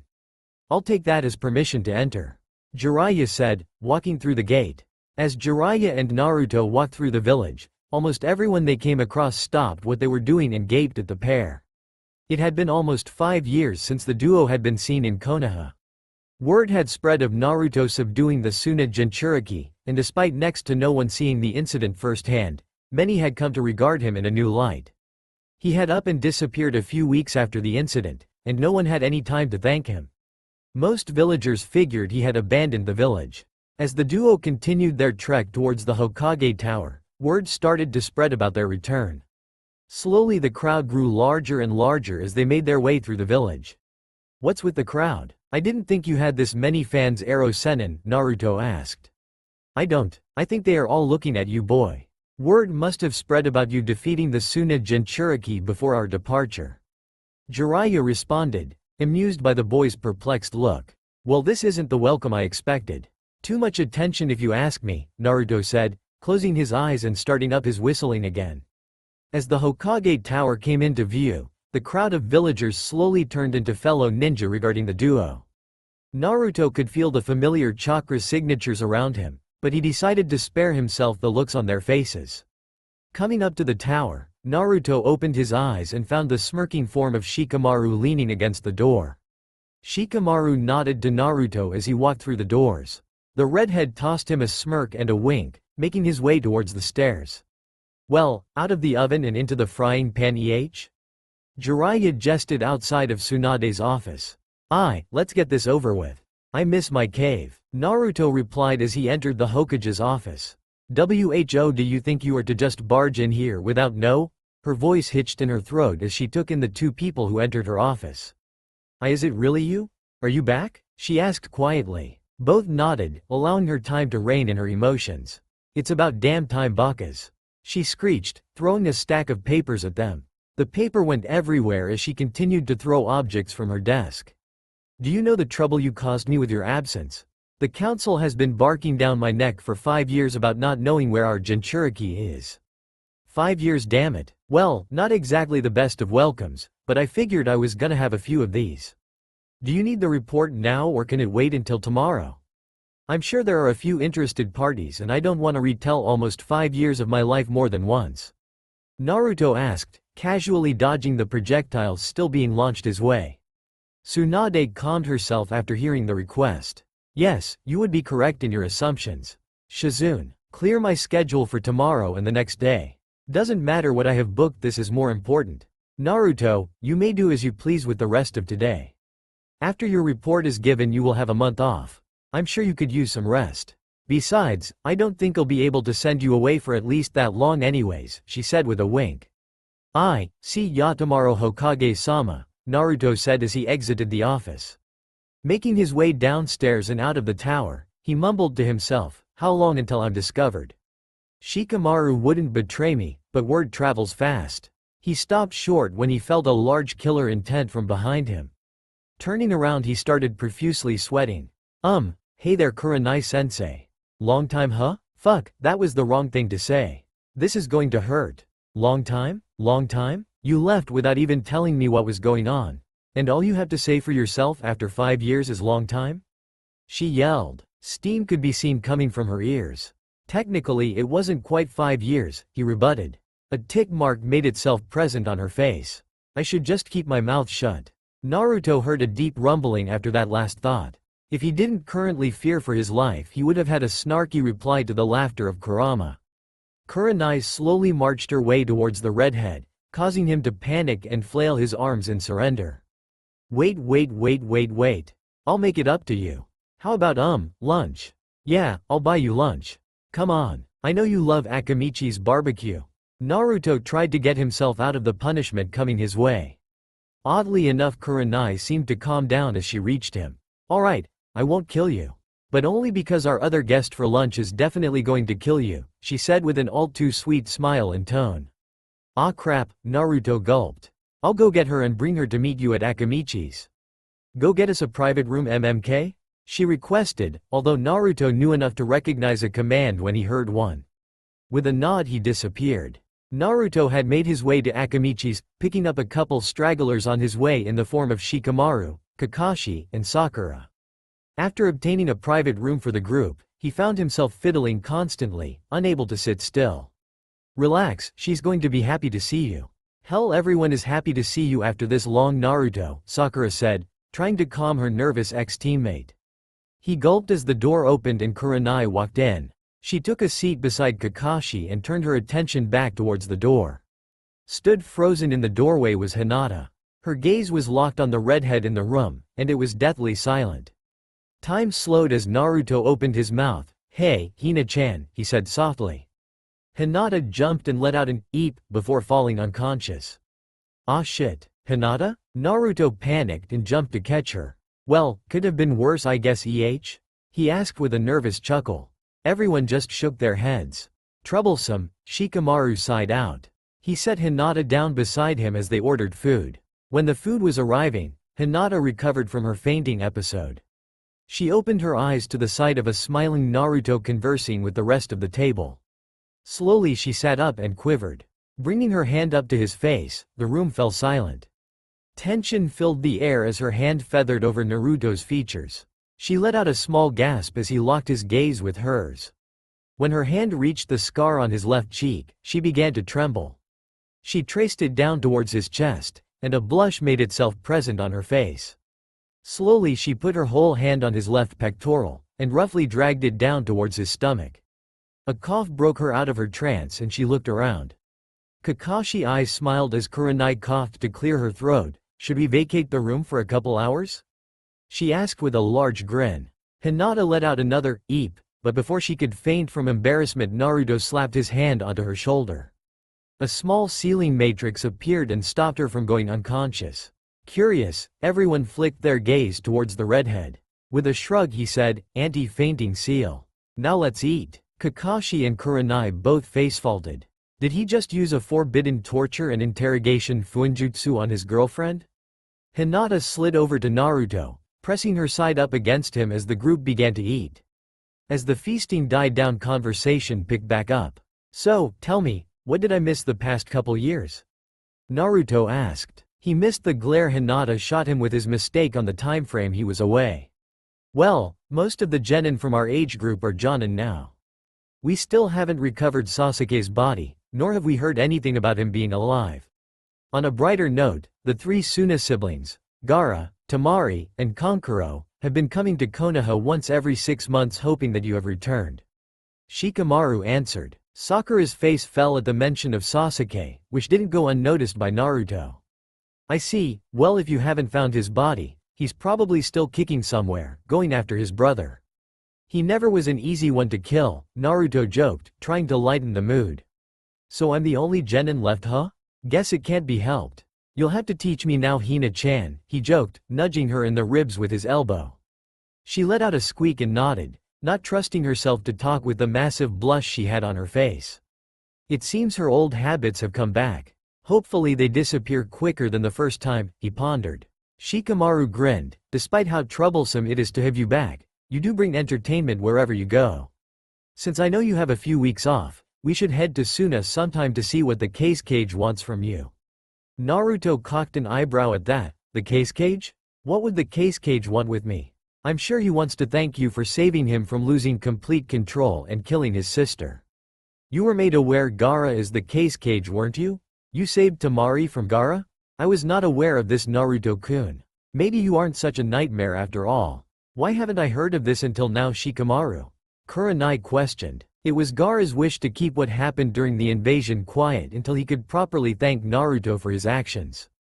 Shikamaru answered. Until now, only Kiba, Shino, Hinata, the Suna siblings, Tsunade and Jiraiya were aware of the details concerning the mission to subdue Gaara. Naruto unconsciously placed his hand on Hinata's thigh, giving it a squeeze for comfort. She laced her fingers in his and leaned closer towards him. Naruto didn't remember anything after protecting Temari, but he knew Hinata hated the memory. "I see, well, I guess we'll have to ship this little nightmare off to Suna for a bit then, won't we?" Kurenai replied. She had noticed the reactions of Naruto and Hinata to the memory and decided not to continue her prying. The night carried on with small talk and sake. Long after the moon rose, everyone started to stagger home. Naruto and Hinata were walking hand in hand throughout the village. As they came closer to the Hyuga compound, he cast a questioning glance towards her. Hinata cast her eyes to the ground, shook her head and pushed herself closer to him. Understanding, he wrapped his arm around her shoulders, keeping their hands interlocked, and guided her out of the village.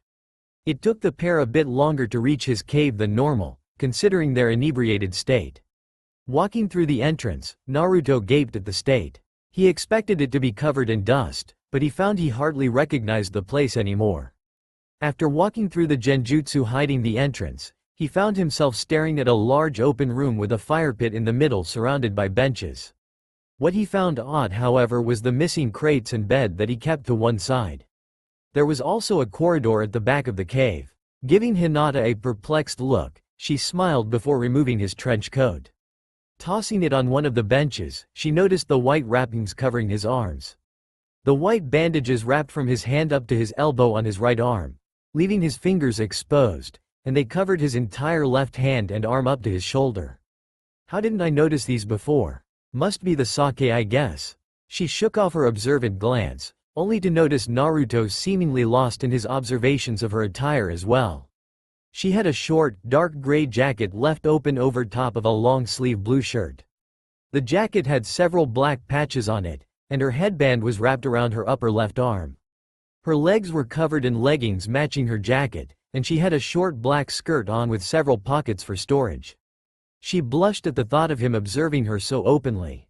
I hope he likes the change in my outfit. Kurenai always encouraged me to be bolder.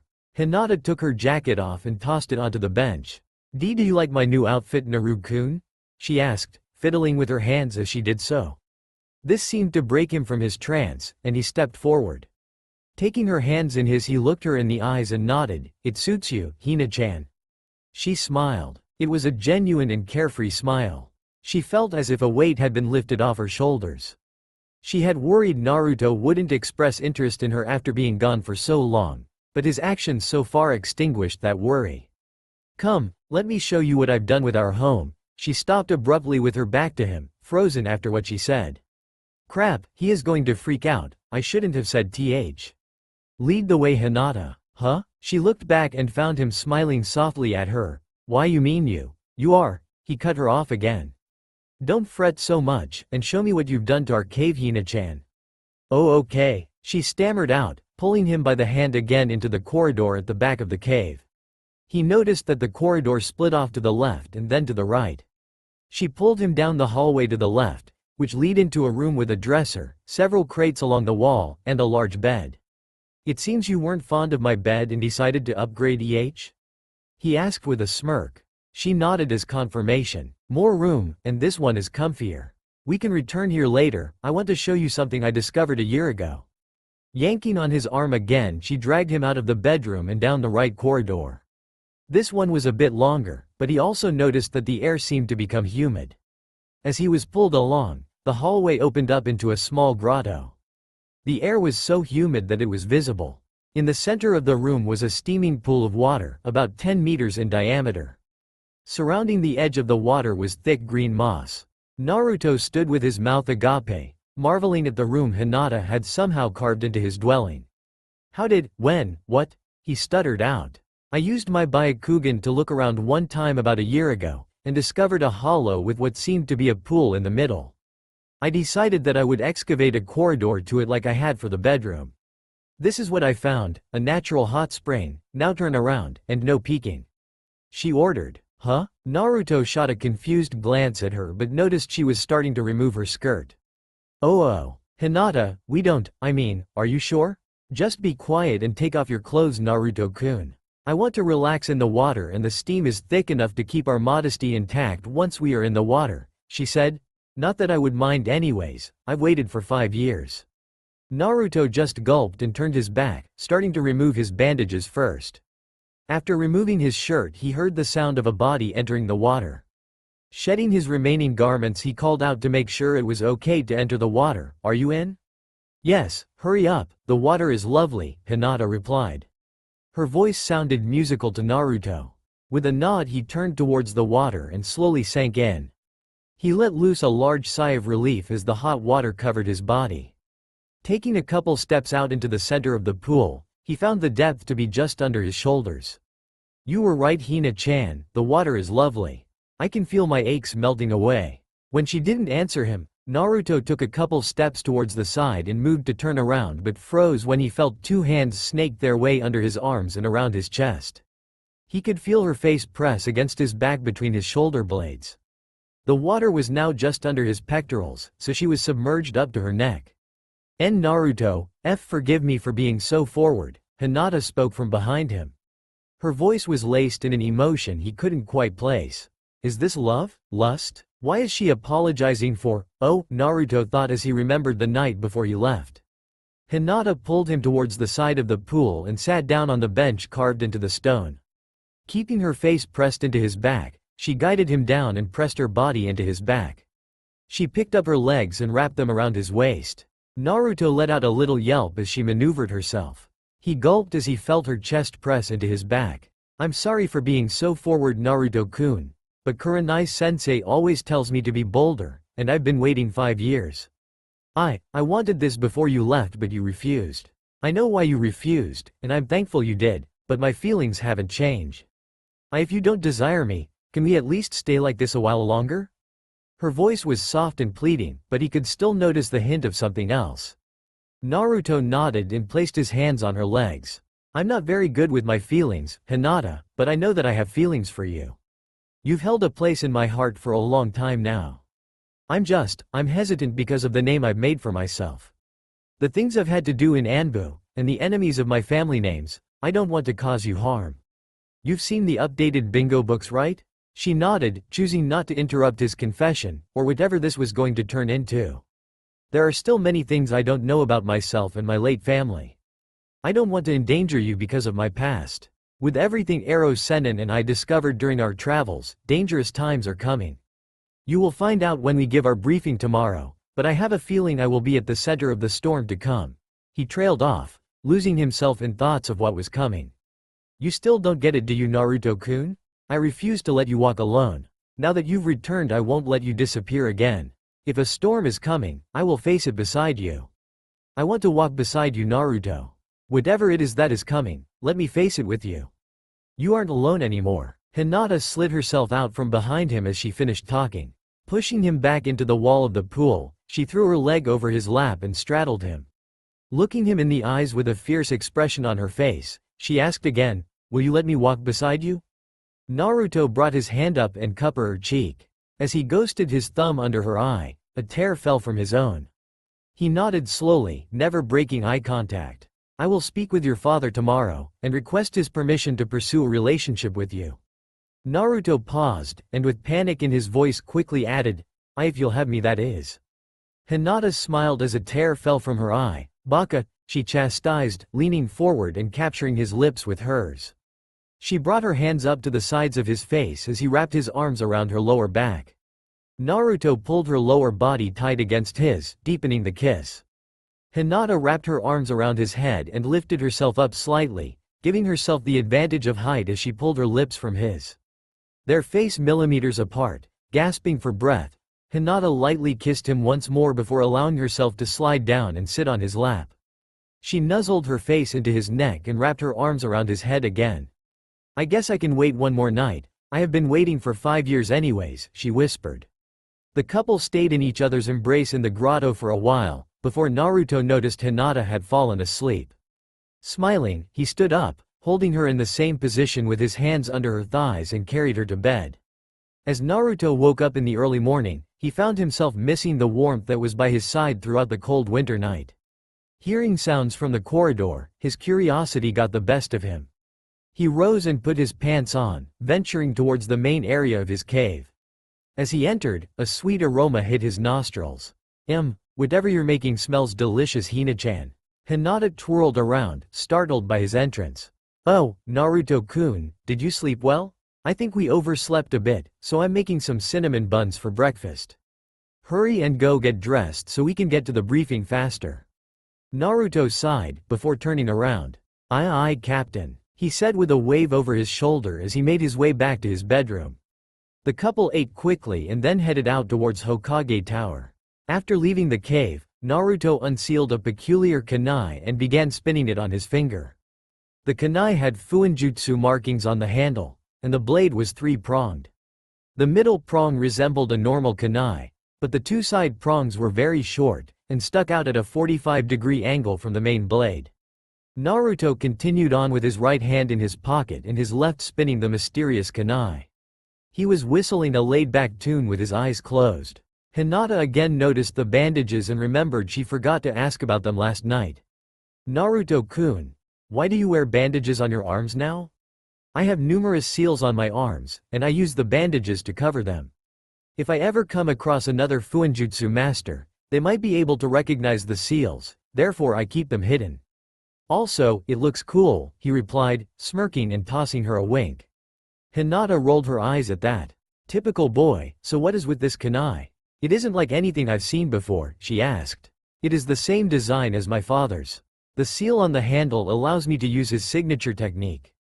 Do you want to see it? He asked. Smirking when she nodded her head, he pulled her tight against him. With a wink he said, hold on. In a flash the pair disappeared, materializing inside Tsunade's office. She spit out her coffee at the sudden intrusion. What the fuck? Hinata? Naruto? You're an hour late, she bellowed. Turning to Jiraiya, who was currently sitting on a couch in the office with Shizune standing beside him, she asked, was that what I think it was? Jiraiya smiled widely, giving her an answer. I see, well now that you two lovebirds have arrived, let's get to the conference room. Everyone else is waiting, Tsunade commanded. As she led her entourage down to the briefing room, she took this opportunity to warn Naruto. People of great importance are here for this report, Naruto. It would be an opportune time to come forward about everything concerning your past. With that, she opened the door and led the group inside. Once inside, Hinata took a seat beside Tsunade and Shizune as Naruto and Jiraiya moved towards the front. Looking around, Naruto noticed that the full shinobi side of the council was present, including all clan heads. Several Jonin were in the back, and a few other people he did not recognize. With a sigh, Naruto looked at Jiraiya. "So, you or me?" he asked. Jiraiya let out a chuckle before waving his hand. With a second, more pronounced sigh, Naruto turned to the gathered crowd. "I'm sure you all know who I am, and that I have been gone for the past 5 years. Before I get into the details of my absence, there are a couple things I think I should clear up. As you know, I am the Jinchuriki of the Kyuubi. What you are most likely not aware of is that I am the only heir to Minato Namikaze and Kushina Uzumaki." He paused at the uproar, waiting patiently for it to die down. "As was the third Hokage's will, I hid this information from all but a very select few. Now that I am past the age of 16, I will be claiming the rights of Namikaze and Uzumaki clan head." A second uproar occurred, but one question rang out louder than the others. Hiyashi stood and shouted out his question again. "How do we know your claims are true? You may resemble Kushina in your looks, but nothing about you looks like a Namikaze." Naruto sighed for seemingly the umpteenth time today. "I hoped I wouldn't have to do this, but oh well." He stopped spinning his kunai, showing it to the gathered people. "Still not enough? Alright." Naruto tossed the kunai into the wall at the back of the room. He let a smirk grace his face and disappeared in a flash. Before anyone could make a move, he spoke up from the back of the room. "Proof enough?" The room whirled around and Naruto caught the various emotions passing across the crowd's faces. Confusion, anger, rage, regret. Tsunade stood, planning to end this waste of time. "Shizune, please show Hiyashi the document I requested you to bring." Nodding, Shizune procured the scroll, with Hirazen's wax seal on it, and handed it to the Hyuga head. Hiyashi took it, and with a confused look he opened it. Silence captured the room as he read through it. A shocked look crossed his face as he reread the document. It would appear that what the boy claims is true. This is signed by Lord Third himself, and confirms everything this boy has said. Hiyashi rolled up the scroll and handed it to Shikaku Nara. "Care to confirm my claims, Shikaku?" "No, I was made aware of these circumstances the day he was born." Turning to the rest of the room he raised his voice. "Does anyone want further verification of the claims?" Receiving silence he addressed Naruto. "You may continue your report, now that this uproar is over." Now that my claims have been verified, I will move on to my 5 years of absence." Naruto delved into his and Jiraiya's extended leave from Konoha. They left out several discoveries Naruto had made in his training, deeming them unnecessary for the crowd gathered today. The report lasted for the full 8 hours Tsunade had scheduled, and she dismissed everyone for the night. As people filed out of the room, a few stayed behind. Shikaku and Hiyashi both approached Naruto. Shikaku spoke first. "I know you haven't finished your recount of your journey, but I wanted to ask you if you intended to stay in the Anbu or not now that you have returned. If you decide to leave the Anbu once again, I would make the motion to put you through the Jonin promotion exams. Take your time and think about it. I'll see you tomorrow." Naruto nodded in thanks. Looking over towards Hiyashi, Naruto gave him an inquisitive look. "I imagine that since you stayed behind you have something you wish to speak with me about. It is a coincidence as I have something I wish to ask you, but it is better done in the privacy of your estate. Would you like to save what you have to say for later tonight, or is it urgent?" Naruto asked. Hiyashi was surprised with the boy's manner of speaking. He didn't show him respect, nor disrespect, and he was quick to the point. "I suppose I could hold off. If you wish to speak with me in private I will expect your arrival at my clan's compound soon. Have Hinata escort you to my office," Hiyashi replied. "Very well, see you soon Hyuga-sama." This caught Hiyashi flat-footed again. He didn't expect to be addressed respectfully by the boy whom had just seconds earlier neglected to address him in any manner of respect. Hiyashi kept his surprise well hidden behind his mask of stone however, and took his leave. "Well, I guess the interrogation continues Would you please do me the honor of escorting me Hinata-sama?" Naruto jested. It earned him an elbow to the ribs and a smile from the girl. Turning around to address Tsunade and Shizune, he added, "Well, I'm off to the lion's den. See you tomorrow, maybe." He was pulled from the room by Hinata as he smirked at the remaining people in the room. Naruto walked beside Hinata as the couple made their way towards the Hyuga compound. Naruto was balancing a kunai on its point on his finger, a nervous tic that very few knew of. To the average onlooker it would appear as if he was simply unconsciously playing with the deadly tool. Hinata wouldn't have given it a second thought had she not noticed the shifting of his eyes. He almost always walks with his eyes closed. Is he nervous? Naru-kun, are you nervous about my father? You shouldn't be, you know. Despite his outward appearance, he is capable of acting like a father. He gave no inclination of a response, at which Hinata frowned. She smiled a devious smile before attempting her next verbal assault on his nerves. Oh no, is the big bad red nightmare scared of something? What in the world could have happened? This elicited a sigh from the redhead. With a scowl he looked towards the girl. Why are you so cheery? If he doesn't approve it will cause a lot of problems. I don't care if he approves or not.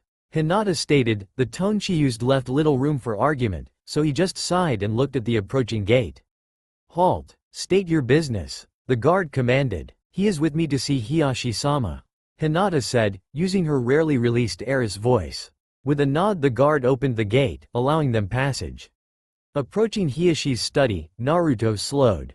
Despite your thoughts on the matter, it would mean a lot to me if I could gain Hiyashi's blessing to court you.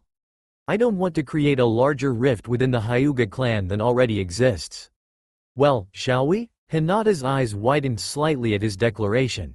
Naruto hardly ever cared about someone's opinions on his actions. A swift knock on the door was followed by an authoritative, "Enter." As the couple stepped beyond the threshold of the study, Naruto noticed Hiyashi was seated on a cushion around a table with a teenage girl, whom he assumed was Hanabi, drinking tea. Ah, Uzumaki-san, or do you prefer Namikaze-san? Please have a seat. Hiyashi motioned to the two empty cushions across the table from himself and Hanabi. Thank you, Hyuga-sama. As for my name, I haven't yet decided if I will take my father's name or keep my mother's. I guess it makes little difference. Most don't look past my status anyways, Naruto replied as he sat down. Hinata joined him and poured them both a cup of tea. As everyone settled in at the table, Naruto noticed the curious look Hanabi was giving him. Hanabi-sama, is it? Forgive me for assuming, but you bear a striking resemblance to Hinata-sama. Are you curious about my scar, or the wrappings on my arms? He asked, turning his head towards the younger girl. Hanabi looked down, embarrassed that she was caught staring. Hiyashi moved to scold her, but Naruto intervened. It is quite alright, Hyuga-sama. I am used to more vengeful stares, so a curious one is welcomed. I'm sure your curiosity will consume you if it goes unsated, so please ask away, Hanabi-sama, it's fine. Naruto smiled warmly at the girl, coaxing her out of her shell. Ah, okay. I was wondering about your scars, and why your hair is such a unique red color. I apologize if I am prying. She cast her glance down and to the side after finishing her inquiry. Well, my hair is a trait I received from my mother. The Uzumaki were infamous for having dark, almost blood-red hair. As for this scar, I got it from the demon blade Kabikira Bocho. I had a run-in with Zabuza, the demon swordsman of the mist, and I suffered this wound during the fight. I made a mistake and this is the price I paid, Naruto explained, ghosting his hand across the scar tissue. Did you win the fight? Hanabi asked. Her excitement at hearing more of the tale was clearly visible. Naruto shook his head. No, the battle ended in a stalemate. My team and I ran into him again a couple months later at the end of our mission, and we defeated him. I think Kakashi-sensei even brought the sword back to Konoha, although I think your father would know more about that than I would, he answered with a smile. Is there anything else you are curious about, Hanabi-sama? She was about to jump at the chance to further sat her curiosity until Hiyashi stepped in. Now Hanabi, I'm sure there is a reason our guest has come to speak with us. If you are that curious, maybe you could bend his ear after the meeting, he spoke with practiced ease. Surely he had this exact conversation with her countless times, if the giggle from Hinata was anything to go by. I'd be glad to sat her curiosity at a later time. As for the reason I am here, it is twofold. The first, to hear what you had wished to speak with me about earlier today, and the second is to formally request your permission and blessing in courting your daughter, Hinata-sama. Naruto ended his statement by bowing slightly from his seated position. Hanabi's eyes shot open. Of all the things she expected to hear when her father requested her presence for a meeting, this was the last. As Hanabi's mouth slightly gaped, Hiyashi nodded, bowing his head slightly in thought. I see. Before I answer your request, I would ask you your intentions. I am sure you are aware that I have withdrawn my decision years ago about removing Hinata as my heir.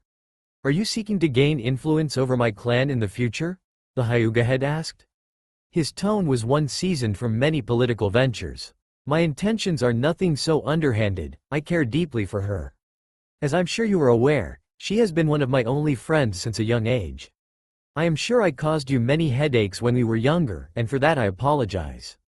I must clarify, however, that Hinata's companionship has been the single greatest treasure I have ever received. Naruto fixed the Hyuga head with a look of honest determination. He knew he had to make a compelling case, given his status. I see. As a father, I am relieved to hear those words. Many suitors have come for less noble reasons. If you do not seek to gain influence over the clan, then what would you do if she is declared my heir? Hiyashi focused intently on the redhead. The situation being proposed held numerous political ramifications if not handled properly. The boy was the sole remaining heir to two very powerful clans. I am the heir to two clans myself, and have yet to fully grasp the gravity of what lies ahead for me in that aspect. As such, I have no desire to take on a third clan, and I will leave Hyuga business to you and your daughters. If you wish to make Hinata-sama your heir, then at that time, we can evaluate and adjust accordingly. I am not here and asking for your blessing for any reason other than I love your daughter, Hyuga-sama, and I wish to have her by my side. Any and all complications that may accompany her, I would work through with her to find an agreeable solution. Hinata had tears in her eyes by this point. Her father had also taken notice. Hinata, what are your thoughts on this boy's request? He questioned, looking over towards her. She seemed surprised by the sudden question, and took a couple seconds to register she had been addressed. May I speak freely, father? He nodded, and she gulped, steeling herself for her coming statement. If you decide not to give this relationship your blessing, I would pursue it anyways. I have loved Naruto-kun for as long as I can remember. He pulled the shy demeanor I once had away, and has shown me nothing but kindness and friendship. I decided long ago that I would not be denied my happiness with him. Hiyashi was startled by the ferocity in her gaze. Her determination was evident, and for a moment he could see his late wife sitting in front of him, giving him her infamous look. To the room's surprise, Hiyashi smiled. It was a genuine and heartwarming smile. Hanabi once again found her jaw on the floor. She had never once seen her father smile like this. It was so foreign to her that she couldn't muster up the ability to even move. Very well. You have grown to be a fine young woman, Hinata. Your mother would be proud. As long as you pursue a relationship with Naruto, I relinquish your status as my heir, and pass it to Hanabi. I believe you will have your hands full being the matriarch of two clans, and being the head of a third would put unneeded stress on your relationship. I ended up denying your mother. My duties to the clan had outweighed my duties to your mother's happiness, and I do not wish for you to be burdened by an excess of clan responsibilities. You have my blessing and permission. As he finished, Hinata let out a quiet sob and grasped Naruto's arm. She turned his head and pushed her face into his shoulder, trying to hide the tears in her eyes. Naruto allowed a warm smile to cross his face as he placed his hand on her thigh and gave a comforting squeeze. I believe I speak for both of us when I say this. Thank you, Hyuga-sama, for granting my request. Before you accept, I must insist you hear me out on why I wished to speak with you earlier today. Upon revelation of your lineage today, I feel it is my duty as a close friend of Minato's to apologize to you. I had not known he had a living heir, and that it was you no less. The night of your birth makes a lot more sense in hindsight. He always did have a peculiar relationship with Kushina. I am disappointed in myself for not discovering the truth. Hiyashi trailed off for a moment, a lost look in his eyes. Sorry, there are a lot of memories I have of those two, but I digress. I beg your forgiveness, Naruto, for not looking after you, as I should have done. I had not known, but it is no excuse. Instead, I had treated you with disdain for circumstances beyond your control. I have no excuse for my actions, and I hope that you can find it within yourself to forgive my foolishness. Hiyashi bowed deeply, his head almost touching the table as he finished his request. Hinata and Hanabi shot upright, frozen with looks of shock at the two men in the room. Never had the sisters seen their father ask forgiveness, and never had they seen him bow to anyone aside from the Hokage. He was much too proud for such actions. Hanabi began swiveling her head, looking between her father and this redhead that seemed to humble her father. Taking note of her reaction, Naruto let out a chuckle. It seems you have piqued your daughter's curiosity yet again, Hyuga-sama. I have never held any ill will towards you or any of the clans for that matter. I was intended to be a weapon, so I became one.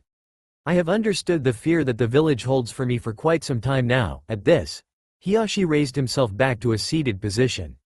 Now, do you wish to quell your daughter's curiosity or should I? He asked with a smirk. Thank you, Naruto, your words have put me at ease. I'll relieve you of the responsibilities of easing Hanabi's curiosity, however I fear that you may experience a siege of questions once I am done, he replied, allowing a rare smirk to grace his face for a moment. As Hiyashi turned to explain exactly who Naruto was, Naruto turned towards Hinata and pulled her to his chest. He rested his chin on top of her head and whispered to her, so, what now? Hinata pulled back and gave him a questioning look. What? I'm gonna be honest, I wasn't expecting this kind of reply. With a sigh, Hinata lightly slapped him in the chest. Before she could speak, however, she found Hanabi sitting right beside her, staring up at Naruto with a mystified look. Naruto chuckled as he looked at her. Yes, Hanabi-sama? You don't have to address me so formally, just Hanabi is fine. And I want to ask you some more questions. Her excitement was bubbling over, and everyone could tell she was struggling to keep herself seated, even if she had relocated in excitement. Ah yes, I'm sure you have quite a few questions. What can I answer for you, Miss Hanabi? He asked, adding the joking miss instead of the proper suffix. She scowled at him for a moment before remembering her questions. Can you talk with it? Her face beamed with curiosity, and Naruto could tell she meant no harm by the question. It was simply a teenager's curious mind. Before he could answer, however, Hiyashi cut in. Hanabi, that is wildly inappropriate. I apologize, Naruto, Hiyashi said sternly. Ah no, it's fine. I hope she never loses that curiosity of hers, and she meant no harm with the question. As a matter of fact, I can speak with Kurama. He's sleeping right now, but I think he naps too much. Let's wake him up. Naruto plastered a devilish smirk on his face as Hanabi squealed. Hinata sighed and rubbed her temples as Hiyashi tensed in concern. It's nothing to be concerned about. Here, take my hand, and don't freak out, Naruto reassured as he pushed some of Kurama's chakra to his hand. As he did so, a chakra cloak enveloped Hanabi. Naruto willed it to spread and soon it covered both Hinata and Hiyashi as well. This is quite the peculiar technique, Naruto, but isn't it draining on your reserves? Hiyashi questioned. Nah, I've worked on this for the past 6 years. I could safely shroud 100 people. The shroud simply gives extra protection in the form of Kurama's chakra to whoever it covers. Who is Kurama? Hanabi asked. Aftr her question, a deep voice rumbled in the four minds. I am Kurama, the Kyuubi. Kurama rumbled. His voice sounded slightly irritated. Hanabi shrieked at the sudden voice in her head. Hiyashi had tensed as well, and Hinata just smiled. Speaking out loud for the sake of the others present, Hinata greeted Kurama. Hello Kurama, did you have a nice nap? She giggled as he let out a noise similar to a grumble. I was enjoying it, until someone decided to wake me. It is good to talk to you after such a long time, Hinata. Who are these other two? Their energy bears a strong resemblance to yours. This is my family, Hiyashi Hyuga, my father, and Hanabi Hyuga, my younger sister. Hinata answered. As she looked over at her sister, she struggled to avoid breaking out in a fit of laughter. Hanabi had the most mesmerized look Hinata had ever seen on a person. Her eyes were the size of dinner plates and seemed to sparkle. Her mouth would be out of sight if not for the floorboards holded up. Mr. Fox, are you big? You sound big? Hanabi asked. The room face-faulted. Of all the things you could ask, that is your first question? They all thought simultaneously. Kit, it would be easier if you simply brought them inside. Kurama said. With a nod, Naruto performed a series of hand signs. Uzumaki Sealing Arts. Mind Palace. He shouted out, slamming his hand on the ground. A sealing matrix shot out from under his hand and crawled across his companion's skin. With a bright flash, Hiyashi, Hanabi and Hinata opened their eyes to a large clearing surrounded by trees. The sky was a bright blue and a light breeze blew through the area. They immediately took notice of a large pit in the middle of the clearing that had Naruto in a meditative pose beside it.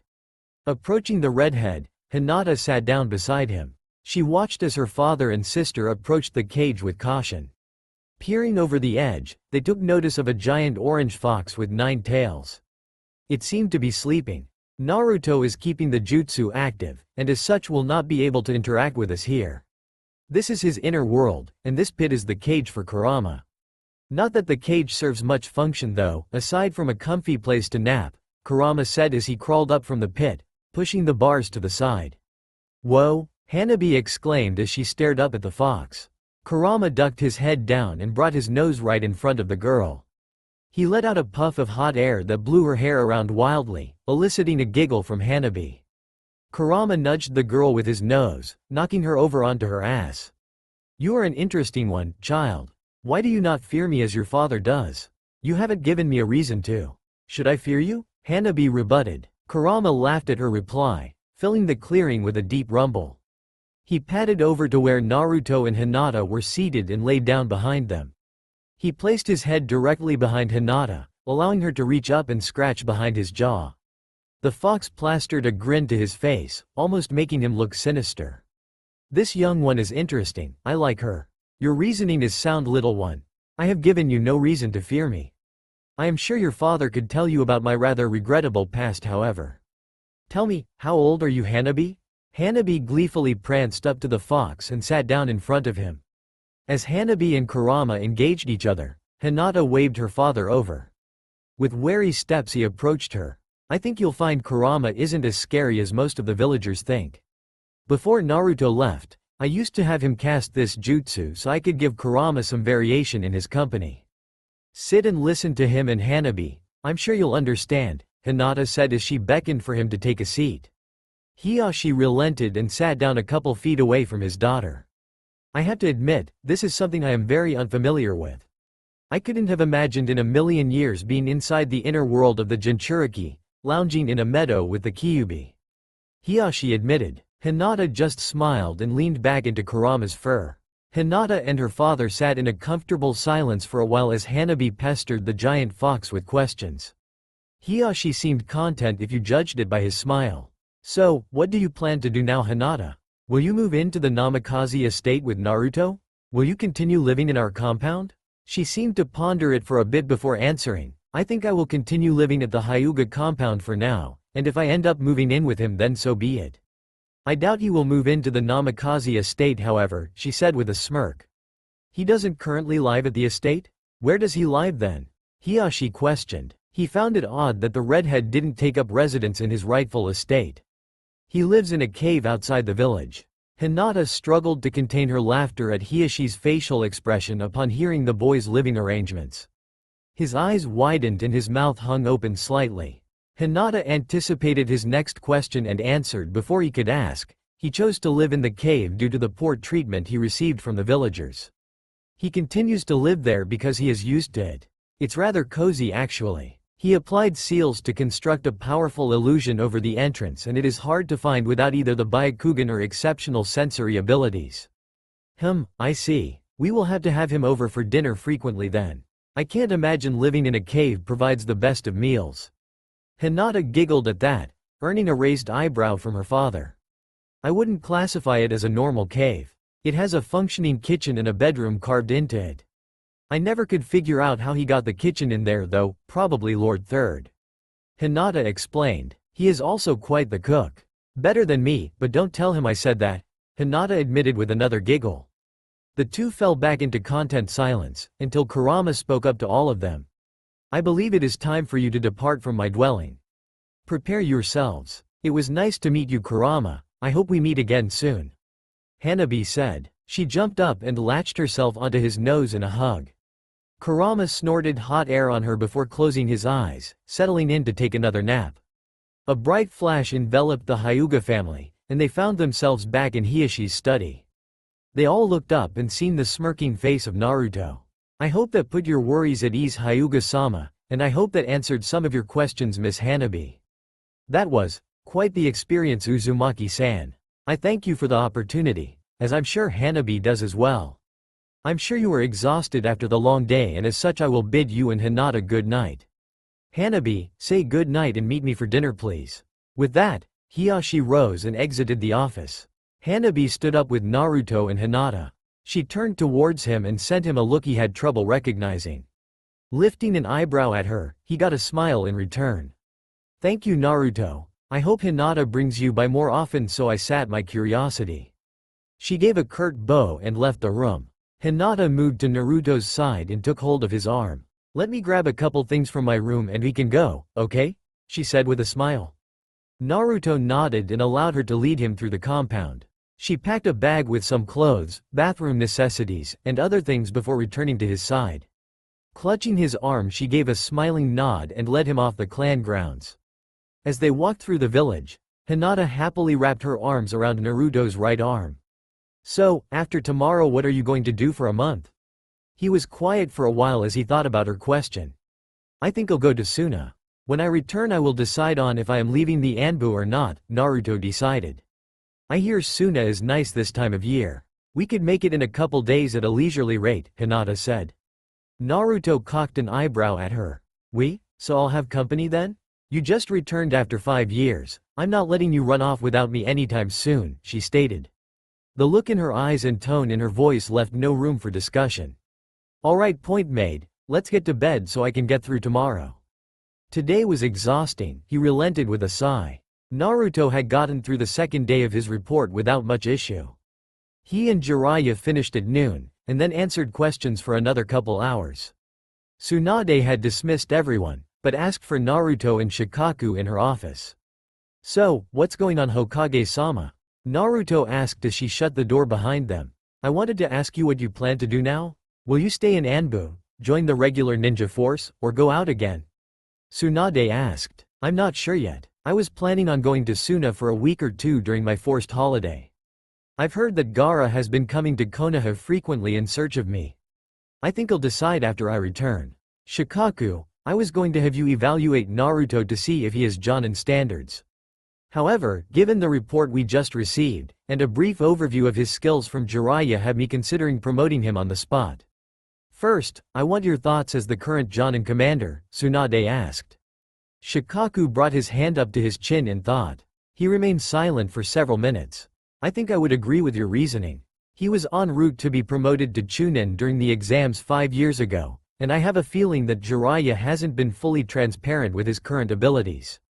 Then it is settled. Naruto Uzumaki, I promote you to Jonin. Return in a month for your vest and for active duty. Understood? Tsunade ordered. Yes, Hokage-sama. I will leave tomorrow for Suna, and I am assuming that Hinata will insist on accompanying me. Is there anyone else that you think I should take with me? Naruto asked. Bit of a restless soul, aren't you? Take Shikamaru with you as well. He has some things he could take care of in Suna. I'm what you could call a rambling man. The open road has always been enticing to me. A cold and alluring temptress she is. I will see you when I return. Good night to both of you. Naruto finished with a slight bow before flashing back to his cave. It will be good to be on the road again. I really am a restless soul, aren't I? Well, I'm sure it will come in handy in the coming storm. That's all for now. If you enjoyed this video, then please like, share and do comments.